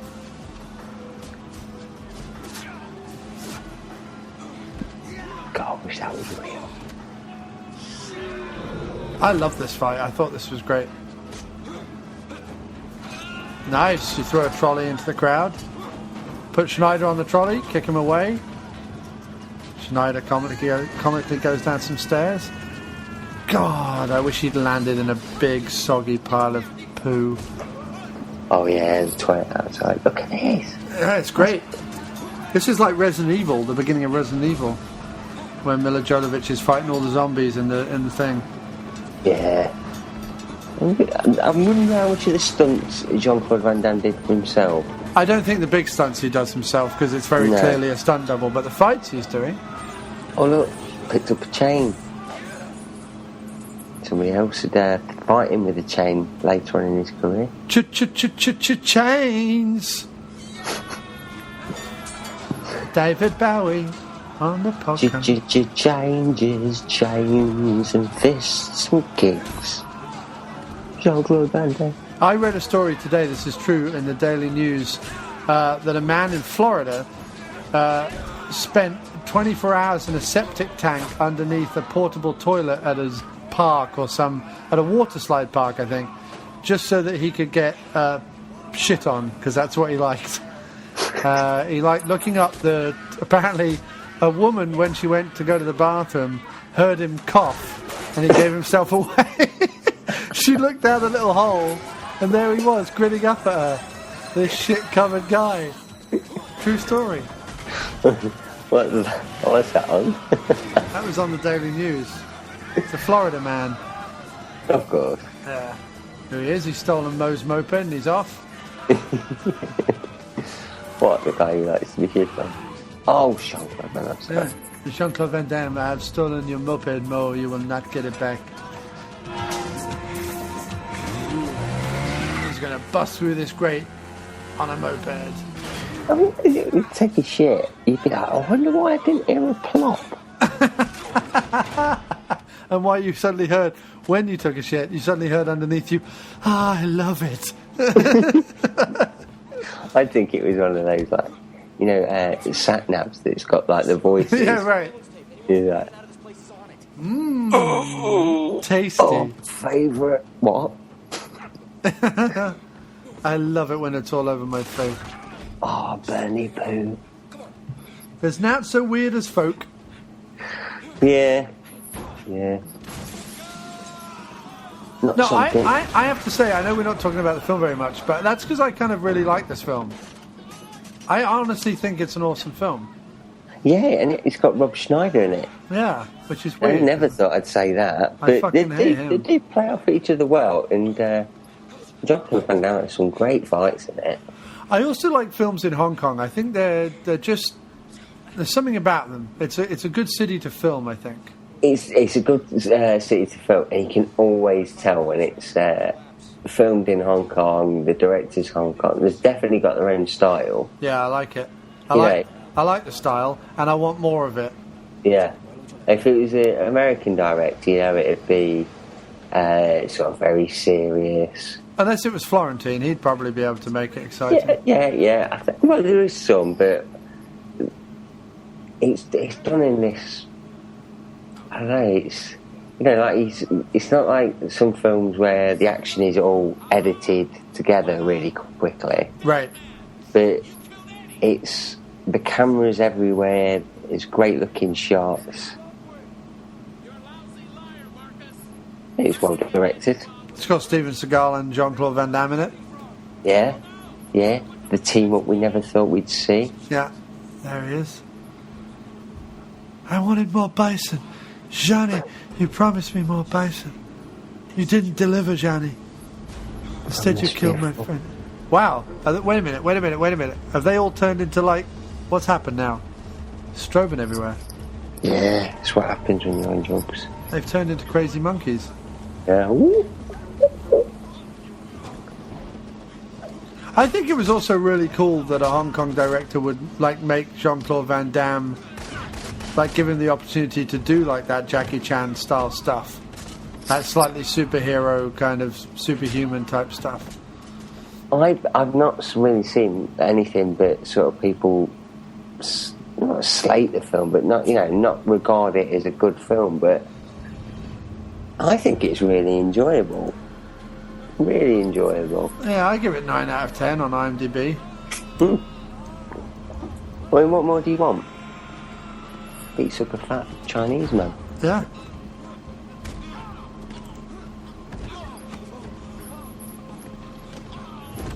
I think people are just generally wrong about things. That's what I like to think. Oh, they are. This is him auditioning for the Transporter. Yeah, it is. Can you imagine if Jean-Claude Van Damme was the Transporter? This scene doesn't stop, does it? It just keeps going. It's awesome. I think it gets to a certain point. I don't think the action stops at all anyway.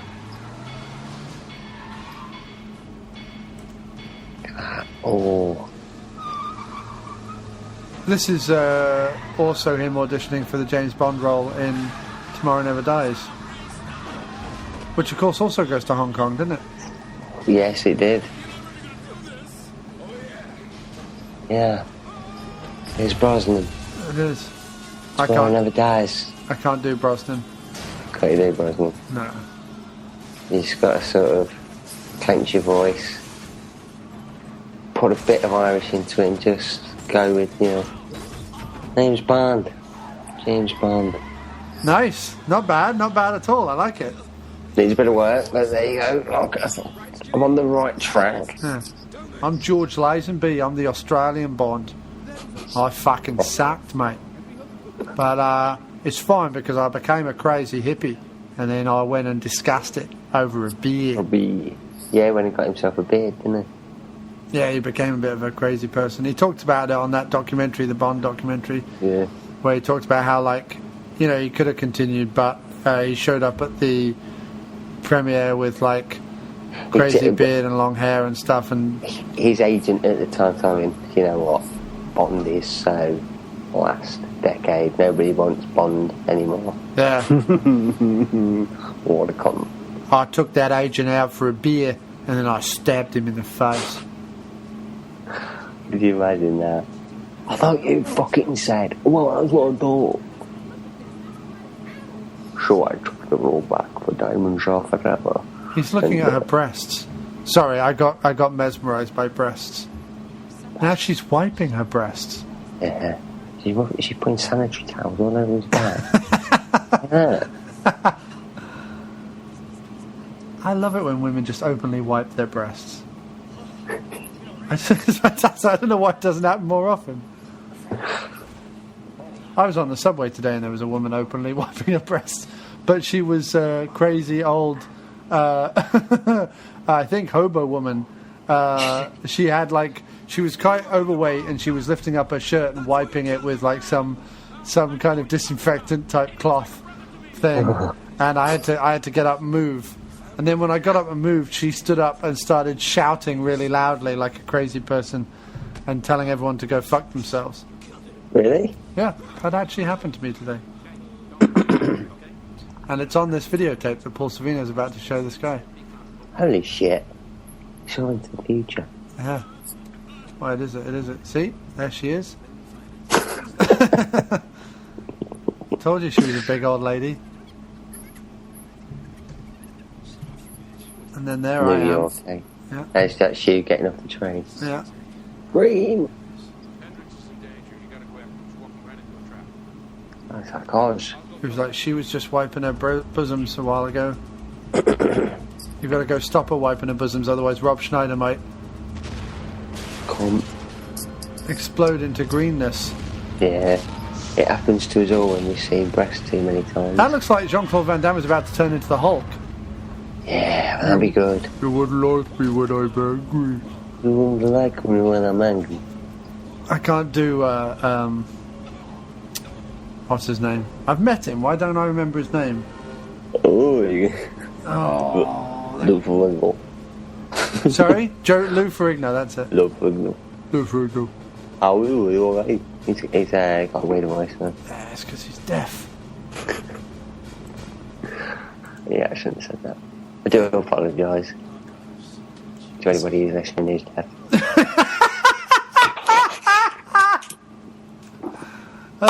To anyone who's listening to our show tonight in Braille, we do apologise.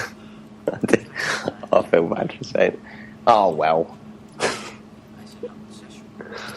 Although I suppose as someone who could do sign language might be listening to the show and signing it to a deaf person. What did he say? You won't like this bit. Oh, she's evil. Go on, just let him motorboat you just once. Yeah.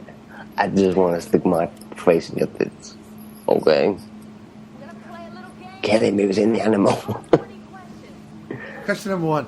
Was Juice Bigelow the sequel the worst decision you ever made or the second worst? The first big mistake he made was he didn't stick his tongue out when she was in front of him wiping his back. Yeah.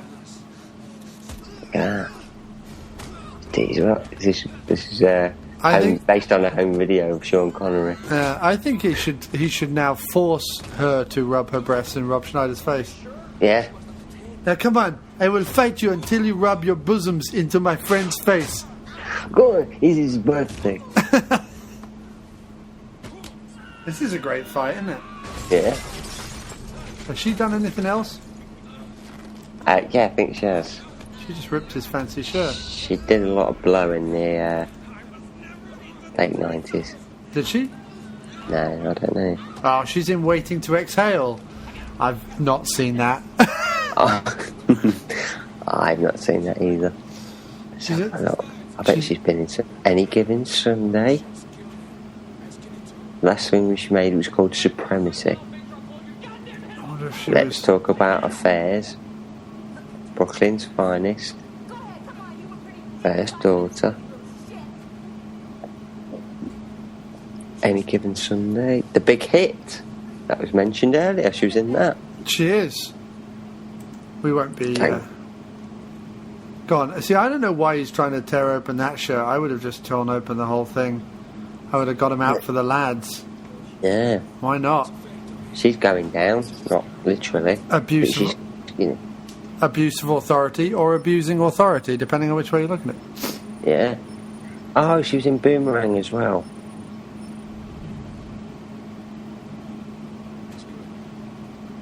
Oh, she was in The Cosby Show. She was in a film. Yeah, she was in a film with Fred Williamson called Foxtrap. Well, then all is forgiven. Yeah. I bet Williamson's been down on that. I would think it's probably Electric Boogaloo, Breaking 2. Oh my God! That. Is she? I reckon these are all friends of Jean-Claude Van Damme from his breakdancing days. Yeah, I think he said to her, one day I'll be a big action star. I'll get you to be in one of my films. And she was like, yeah, that'll fucking happen. Oh, there's Prince Charles on the television. Hello, Hong Kong. Nice to see you. I'm Prince Charles, and yes, I should be coming over there, and then I shall be handing you back to China, and before I go, I'd like a beef chow mein, please. We sent over 2 of our ugliest people. It was him and Chris Patton, and we sent them over because we don't want to ever appear superior. We want to lull people into a full sense of security. There's Spender. Should have sent him over there. Jimmy Nail. And there is a young gay Brad Pitt, Edward Norton clone. Yeah. Here's a confused Van Damme. There's Ian Hart from Backbeat. Yeah. Played John Lennon with a fake mustache on.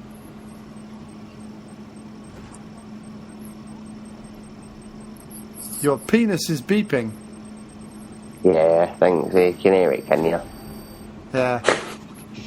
I love this. Any excuse to get Jean-Claude Van Damme's kecks off. Yeah, he'll do it. You want me to show my great ass, yeah? Okay, let me dance. All the women love JCVD's buttocks. He's proud of him. Oh, he's taking the shirt off as well, because there's nothing quite like just being in a pair of tiny black pants. Yeah, well, I'm recording in a pair of tiny black pants. See, I wouldn't sit on the leather chair like that in just tiny black pants. It'll stick to your thighs. He likes that. He likes it. I like it when the leather stick to my thigh. Had to peel it off. I sometimes like to lie around on leather couches completely naked. I do. I like it to stick to my balls. I always get my arse stuck to it because I never wipe properly. Nice. I have no idea what's going on in this movie anymore, by the way. I don't think it's got much of a storyline. She's obviously betrayed them. Which is not good. There's our brass band playing our national anthem. Yeah. Best national anthem in the world. Do you know that in America they sing our national anthem as "Let Freedom Reign"? No, they've reworded our national anthem. How much of an insult is that? I think we should rename reword the American anthem. Is that the Star Spangled Banner? If we're going to go around rewording anthems, why? If that's okay for them to do it with "God Save the Queen," why not we do it with the Star Spangled Banner? You want to do that? You want to do that for the next Diner episode? Yeah, I might do that actually. I might redo it. I might make it all an ode to Steven Seagal's Widow's Peak. Or maybe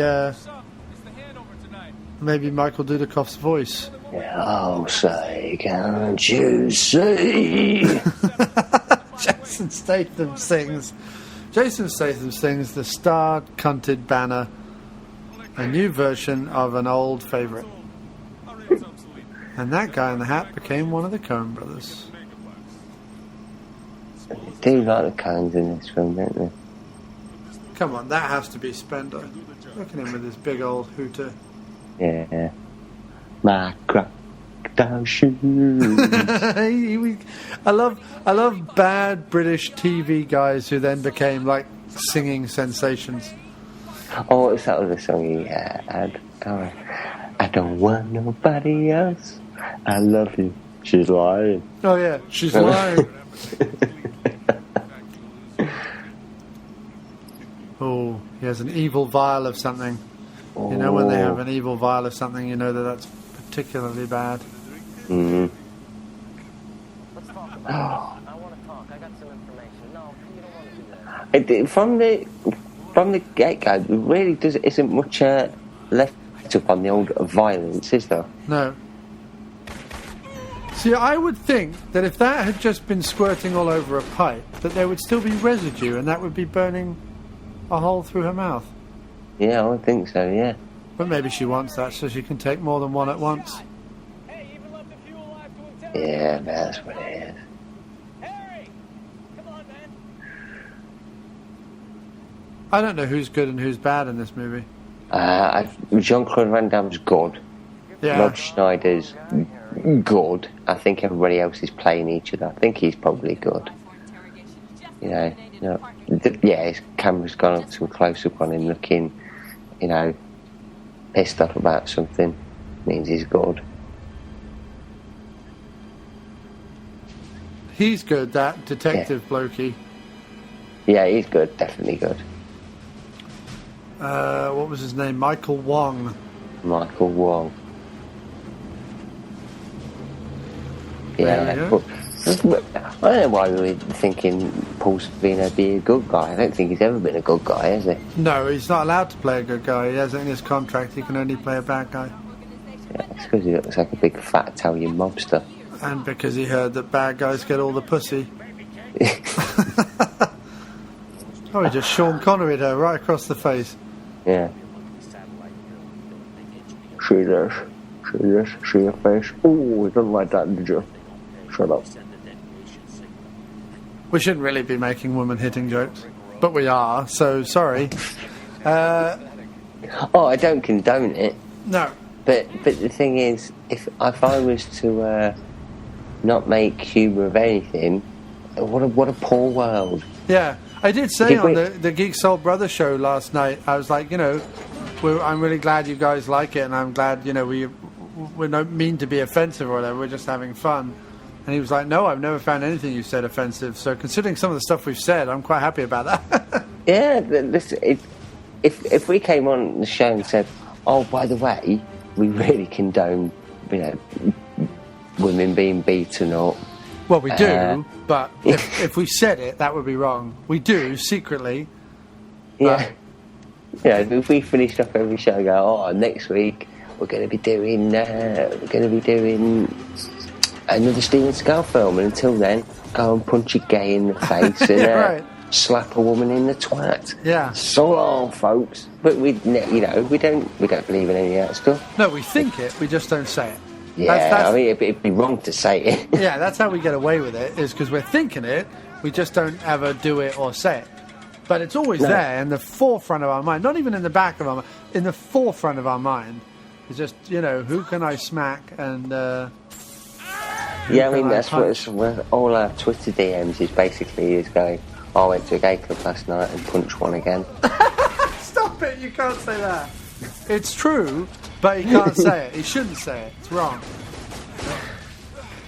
No, we'd never do anything like that. No. Just go and enjoy your bloody life. Do what you want. Yeah, just don't do it. Don't hurt any. Don't hit a woman, unless obviously you're another woman and you're in a mud bath. Yeah, and hitting is really playful slapping, and it ends with your bosoms flapping about. Yeah, do that. Be free. This is bloody good, isn't it? All the sliding. It's a bit like Transporter 1. Yeah. With the oil fight. Van Damme was a bloody good action star, wasn't he? He was a bloody... I don't care what people say. He was bloody good, wasn't he? Yeah. Oh, yeah, but his kickboxing record's a bit... it was a bit under scrutiny, isn't it? I couldn't give a fuck. Yeah. I would laugh in your face. He's never competed. Don't think you have either, though, have you, Seagal? Shut the fuck up. I worked for the CIA. The whole plot in this movie about Rob Schneider is based on me. I am Rob Schneider. I'm also a Pacific Islander. They're my people. But I thought you were... what was he trying... Oh, yeah, I thought you were Cajun. I am Cajun. I'm Cajun Pacific Islander. And I'm also... You said to Putin that you were Russian. I'm Russian on sadness.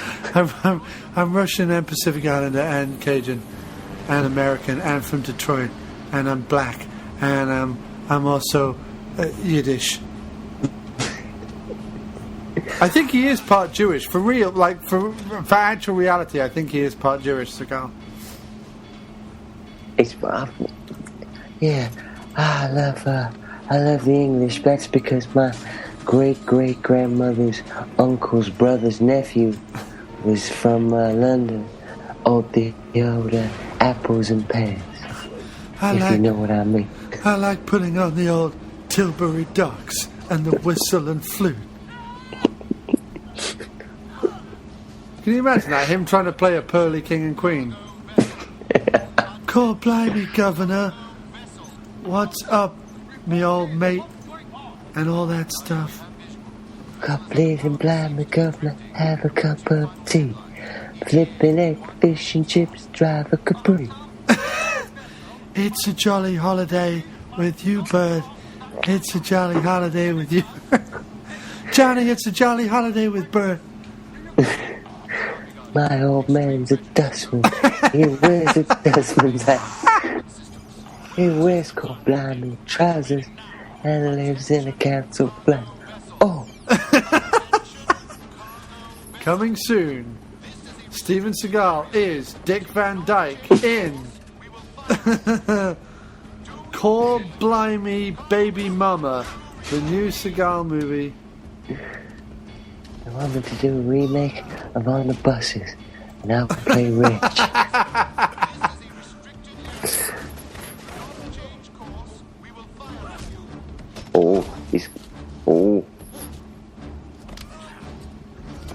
We've always wanted to see Jean-Claude Van Damme against the Coen brother. Yeah, I always wanted to see Jean-Claude Van Damme in Barton Fink. Yeah. Unfortunately, they cast John Turturro, but I think Jean-Claude Van Damme would have been more, I don't know, just more authentic in the role. Yeah. I never believed John Turturro was anything. No, I think he would have. Jean-Claude Van Damme would have played a real nice, nebbish, Jewish nervous writer. I think he would have done that really well. I think he also would have been much better than Jeff Bridges in The Big Lebowski as well. Yeah, that's for damn sure. Yeah. Oh, this rug really brings the room together. One thing we haven't talked about, dude, this show is what about the new Old Boy trailer? Yeah. Yeah. What's the point? I don't see the point. And what's like the I say, point? if anybody's seen it, I don't think they're going to keep the ending the same. No, I don't think that either. It's great, it's Old Boy. This is for the remake of The Lady Killers.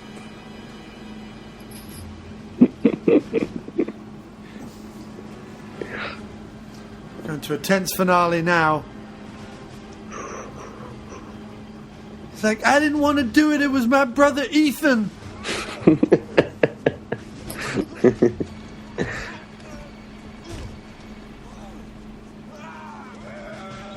Nice.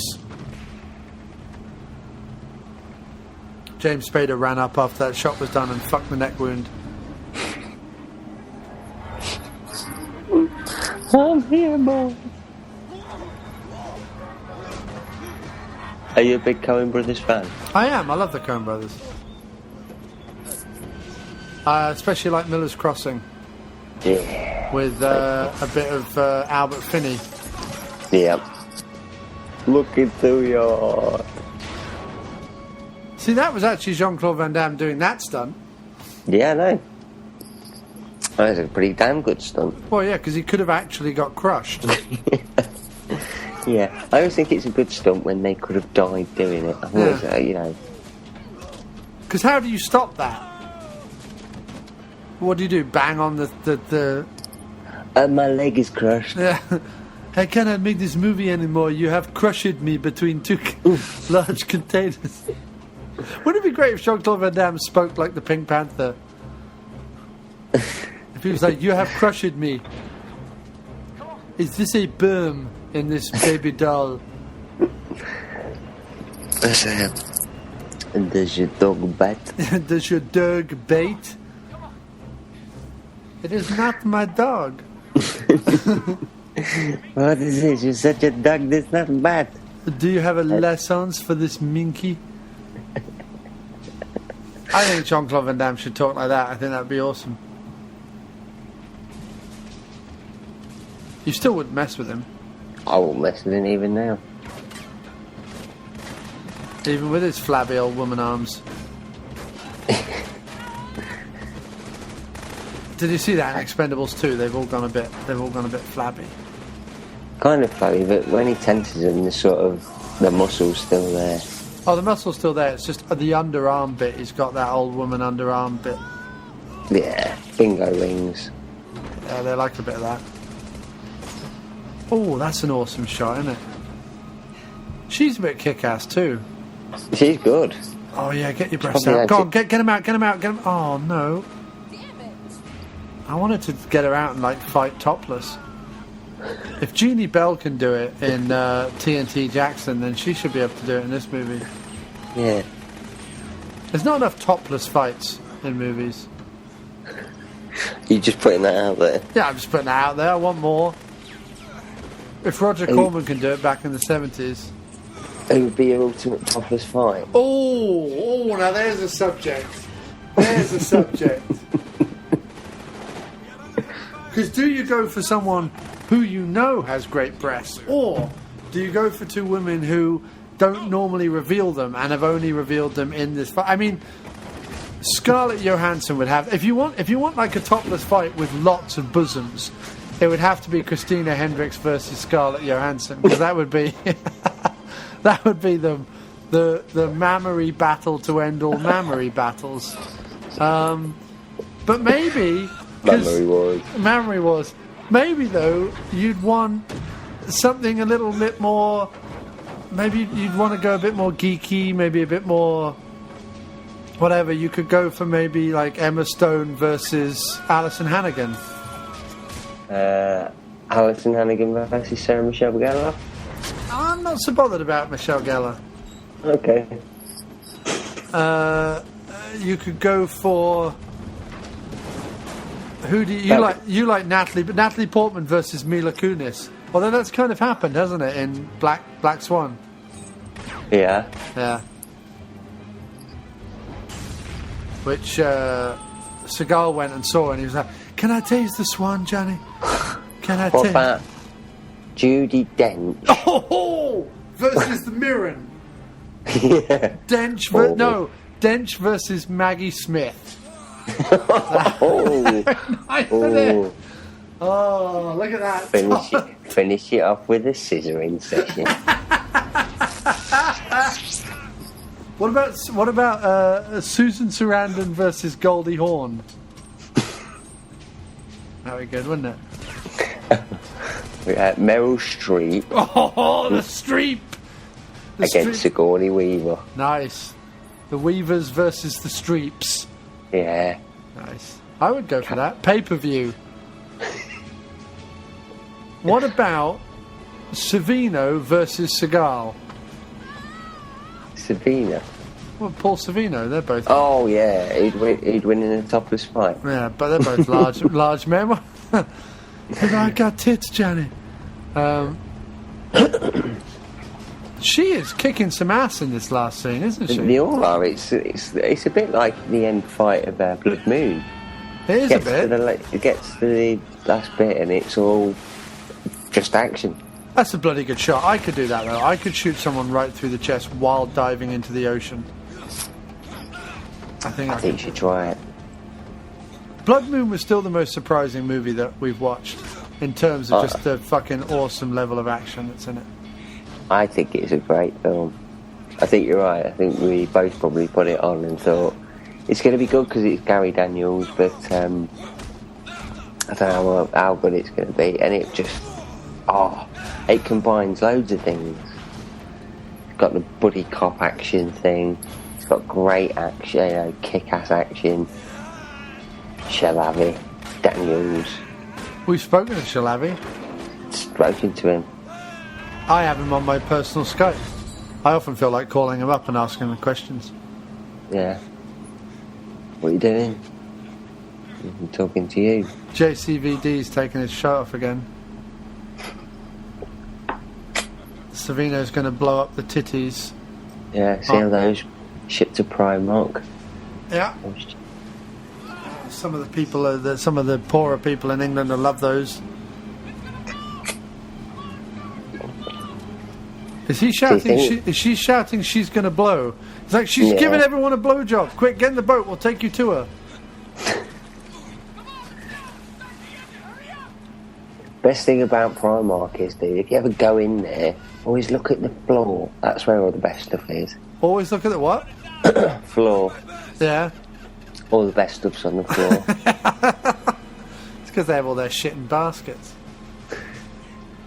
You go in there, it's just everything's everywhere. Everywhere. Great. I don't know what just happened. Savino went... Savino just blew up into a big green alien ball of madness. Yeah. I think he's got a cold and it's exploded. He wants to get some Vic Vapor Rub on that, I think. That could sound contagious. Why did Jean-Claude Van Damme just do that? Why is he now in the waterfall? I don't know. But it's bloody funny. Oh. Nice. I've done that. Yeah. Well, you did that stunt. You put some fake tits on and did that stunt, didn't you? Oh, look at her there. She's quite well proportioned. I don't know why she didn't have her own action career after this. Yeah, she's quite good. She could have been the Gina Carano of her day. Yeah. Or the Mila Jovovich of her day. Or the Jeannie Bell of her day. A lot of people attacked TNT Jackson. I thought Jeannie Bell was pretty good in it. I don't think I've seen that one. Was it good? People attack it. People think it's shit. But I think for an amateur corpsman effort, I mean, nobody can do martial arts in it. It's all sort of amateurs. But I think they gave it their best shot. I think they gave it a good B-movie try, as they say. Action drama. A young karate expert searches Are they for all the original- Are they all the vegetables that Jean-Claude Van Damme's going to be putting up her in a minute? Yeah, I'm going to start small. And then I will be putting the leeks up your bottom. You'll enjoy it. Not a lot. So there's still bombs in the statues? I don't know what's going on. I thought they'd killed Savino. I think it's basically just a case of let's put loads of action in. What about storyline? We'll put something in. We'll try and link it all at the end. Nice. I think. Oh yeah. Oh, that's it. He presses the button and it blows up all the statues. That's what it is. Oh yeah, I remember now. Yeah. I see. I hadn't seen this. I only saw the first half of it last night, rewatching it. But then I have seen it before. I saw it way back when I first got Hulu, and it was on Hulu a while back. It's been a long time since I watched it, and I started watching it again a couple of months ago. I thought they'd already blown up Paul Savino. Does he No. Does he have a twin? No. Does he have a twin brother that dies twice? Yeah. Oh, written by Stephen D. D'Souza. It was indeed. Who did some other classic movies? Yeah, Rich Pierce mentioned him. He did. He did quite a few great things. Die Hard 2, of course. Running Man, Commando, Die Hard 1. Yeah. Oh, we've got 43 credits. There's that, Paul D'Souza. Yeah, he did Jumpin' Jack Flash. Say them all. Say them all. Say them all. Say them all. Say them all. Say them all. Best action movie of 1986. Not really. He did 48 hours. 48 Hours. He did Ricochet. Yeah, Commando. The Running Man. With John Lithgow and Denzel Washington. Denzel Washington. Hudson Hawk. K-9000. The Flintstones. Is Eric Roberts in K-9000? No. Just looks like him on the front. Looks a bit like Kevin Bacon from a distance. But it's not. It's Chris Mulkey. I don't know why you would do a K9 movie without the Belushi in it. No, I don't. It's pointless and wrong. We should And do there a should be a Belushi law month. against it. We should do a Belushi month. What, Red Heat, K9. What else? That'll do. No, I'm kidding. Curly Sue. We could do Curly Sue. No, we could do all the K9 movies. I've got them all. What about Anna Kendrick versus Jennifer Aniston? Okay, what am I looking up? James Belushi. What's really funny is if you look up James Belushi, although he's been an actor for many years and has been in over 124 titles, the first thing that comes up in the drop-down box is music for According to Jim. Oh, yeah. That he was in the music department because he did a song, which is just weird. He's in a TV series called Doc McStuffins. Oh, my daughter watches that. Oh, really?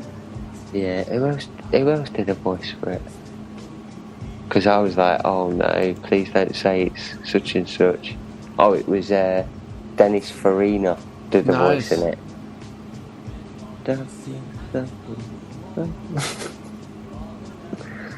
Yeah, I have to watch that shit. Oh well, don't worry about it. The little girls love it. Yeah. But what's it? What else? What else could we do? We could do. I'm trying to scroll. Tugger. No, Tugger, the Jeep 4x4 who wanted to fly.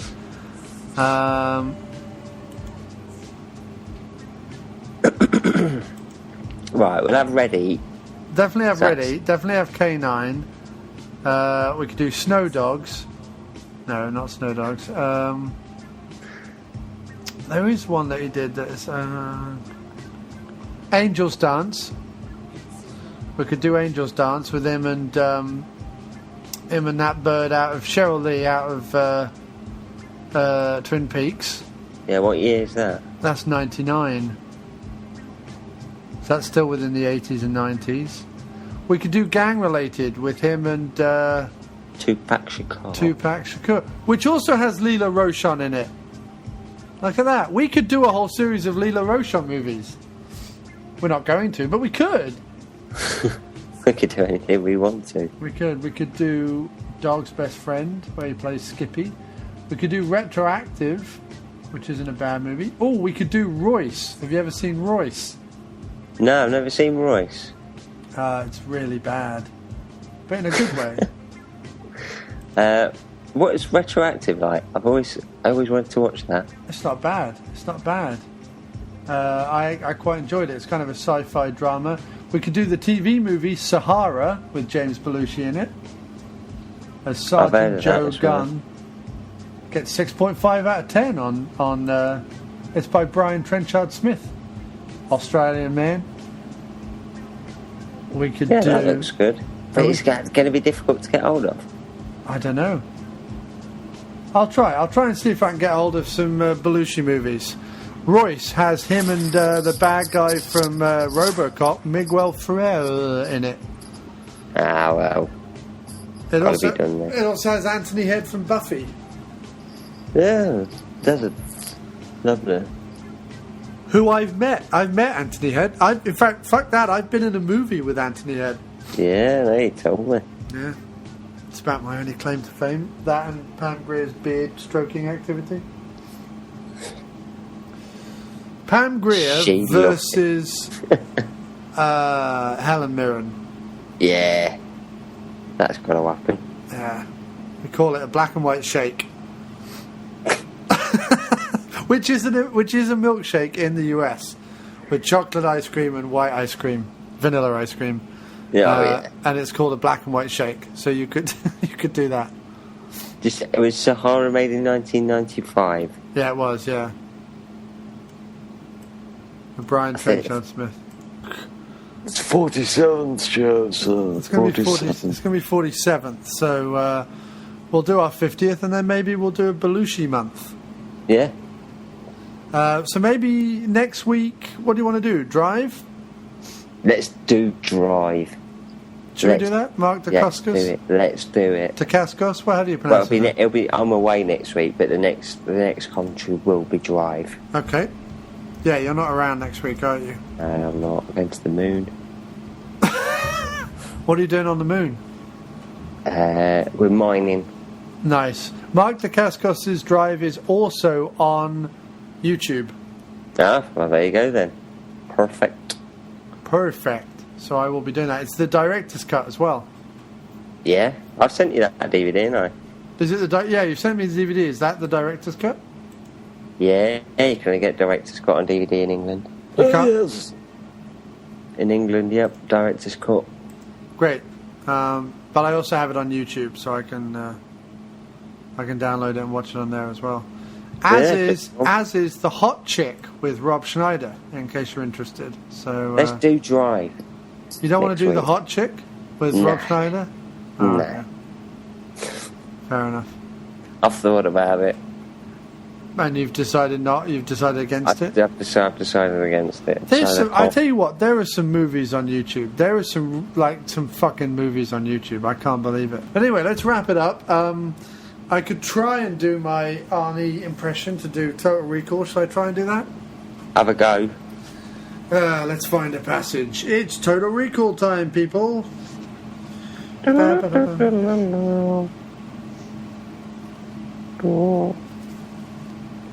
Well, Dean, if it's anything about Red Heat.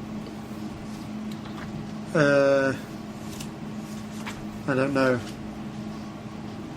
Oh, it's 20 quid, Royce's, on DVD in England. Jesus. Is it that good? No. No, I bought it for 50p on VHS from an old Blockbuster, and even that was pushing it. How much the VHS tape of it is now on Amazon UK? How much? It's £30. You're kidding? No, brand new. Wow. You got a bargain. I could probably sell my copy then. Yeah. So here we go. This is about. I think this is about End of Days. Okay. A whole year passed without a new movie. Finally, I had a visit from Army Bernstein, a producer whose daughter had gone to the same preschool as our kids. He'd heard the talk from the studios and knew I was looking for work and maids. I'll do a movie with you anytime, he said, and I've got a fantastic movie being written. Independent producers like Army are the saviors in Hollywood because they'll take risks that the big studios won't. He had his own company with a string of successes and was well financed. The film he had in mind for me was End of Days, which had been changed from the original title, End of Maids. An action horror thriller that was being timed to reach theaters in late 1999 and cash in on all the buzz around the world about Y2K, the turn of the millennium. I played Jericho Kane, an ex-cop who has to stop Satan from coming to New York and taking a bride in the closing hours of 1999. If Jericho fails, then the woman will give birth to the Antichrist, and the entire next 1,000 years will be a millennium of evil. So there we go. There you go. How's that? Yeah, that was a bit from Total Recall, my unbelievably true life story. By me, Arnold. The maids. The maids. So, I love them. Yes. So that was it. Excellent. Can't say better than that. And then next time we'll be doing Drive with Mark. Drive. Let's drive angry. Indeed. Well, sir, thank you ever so much for yet another great episode. I'll be putting this up soon. But until then, do we have anything else to say? I don't think so. Keep it real and actions away. Peace out. Listen to Geek Soul, brother, and write out loud. Oh, and I should be on Traumatic Cinematic very soon, I think. Nice. Talking about, it's been recorded. Talking about Point Break. Okay, someone just posted the scariest picture I've ever seen, ever. On what? Mike White just posted a picture where 4 fat men on the tube wearing nappies have had their head replaced by babies wearing crowns. All right, so well, look, that was a fun commentary to dive back into. It was very good. Have you seen it? I'm just looking at it now. Wait just a minute. Oh, God, that's creepy as fuck. That's creepy. They're my babies, Johnny. Each one of them my babies. I crowned well, each that's one really of them. disturbing. Yeah. I've got to go sleep now. Yeah. Well, thanks for that. No worries. You're welcome. Yeah. But, yeah, that's it. And everyone listen to the After Movie Diner this week. We're doing the Breakfast Club. And that's it. All right, then. All right, sir. Let's call it a day. Thank you very much. And until next time... There are men. And then there are second unit podcast men. The podcast you've just been listening to is part of the Second Unit Podcast Network. Find all of our shows at 2upn.blogspot.com or on Facebook under the Second Unit Podcast Network. Our fantastic list of shows include Drunk on VHS, We Came from the Basement, No Budget Nightmares, The After Movie Diner, Dr. Action and the Kick-Ass Kid, and Bloodbaths and Boomsticks. Take one podcast into the shower. Don't be a blithering idiot, Alan. We can give you the multiple podcast cleansing system all in one place with your your hair deserves. Our programming is available across all platforms, from iTunes to Podomatic, TalkShoe to Stitcher, so you have absolutely no excuse. Listen today, and a free naked person of your choice will be shipped from Thailand to your door in a matter of weeks. The Second Unit Podcast Network, bringing you the action and leaving the boring stuff to the other guys. Bloody hell. Who does a girl have to blow around here to get a decent beverage?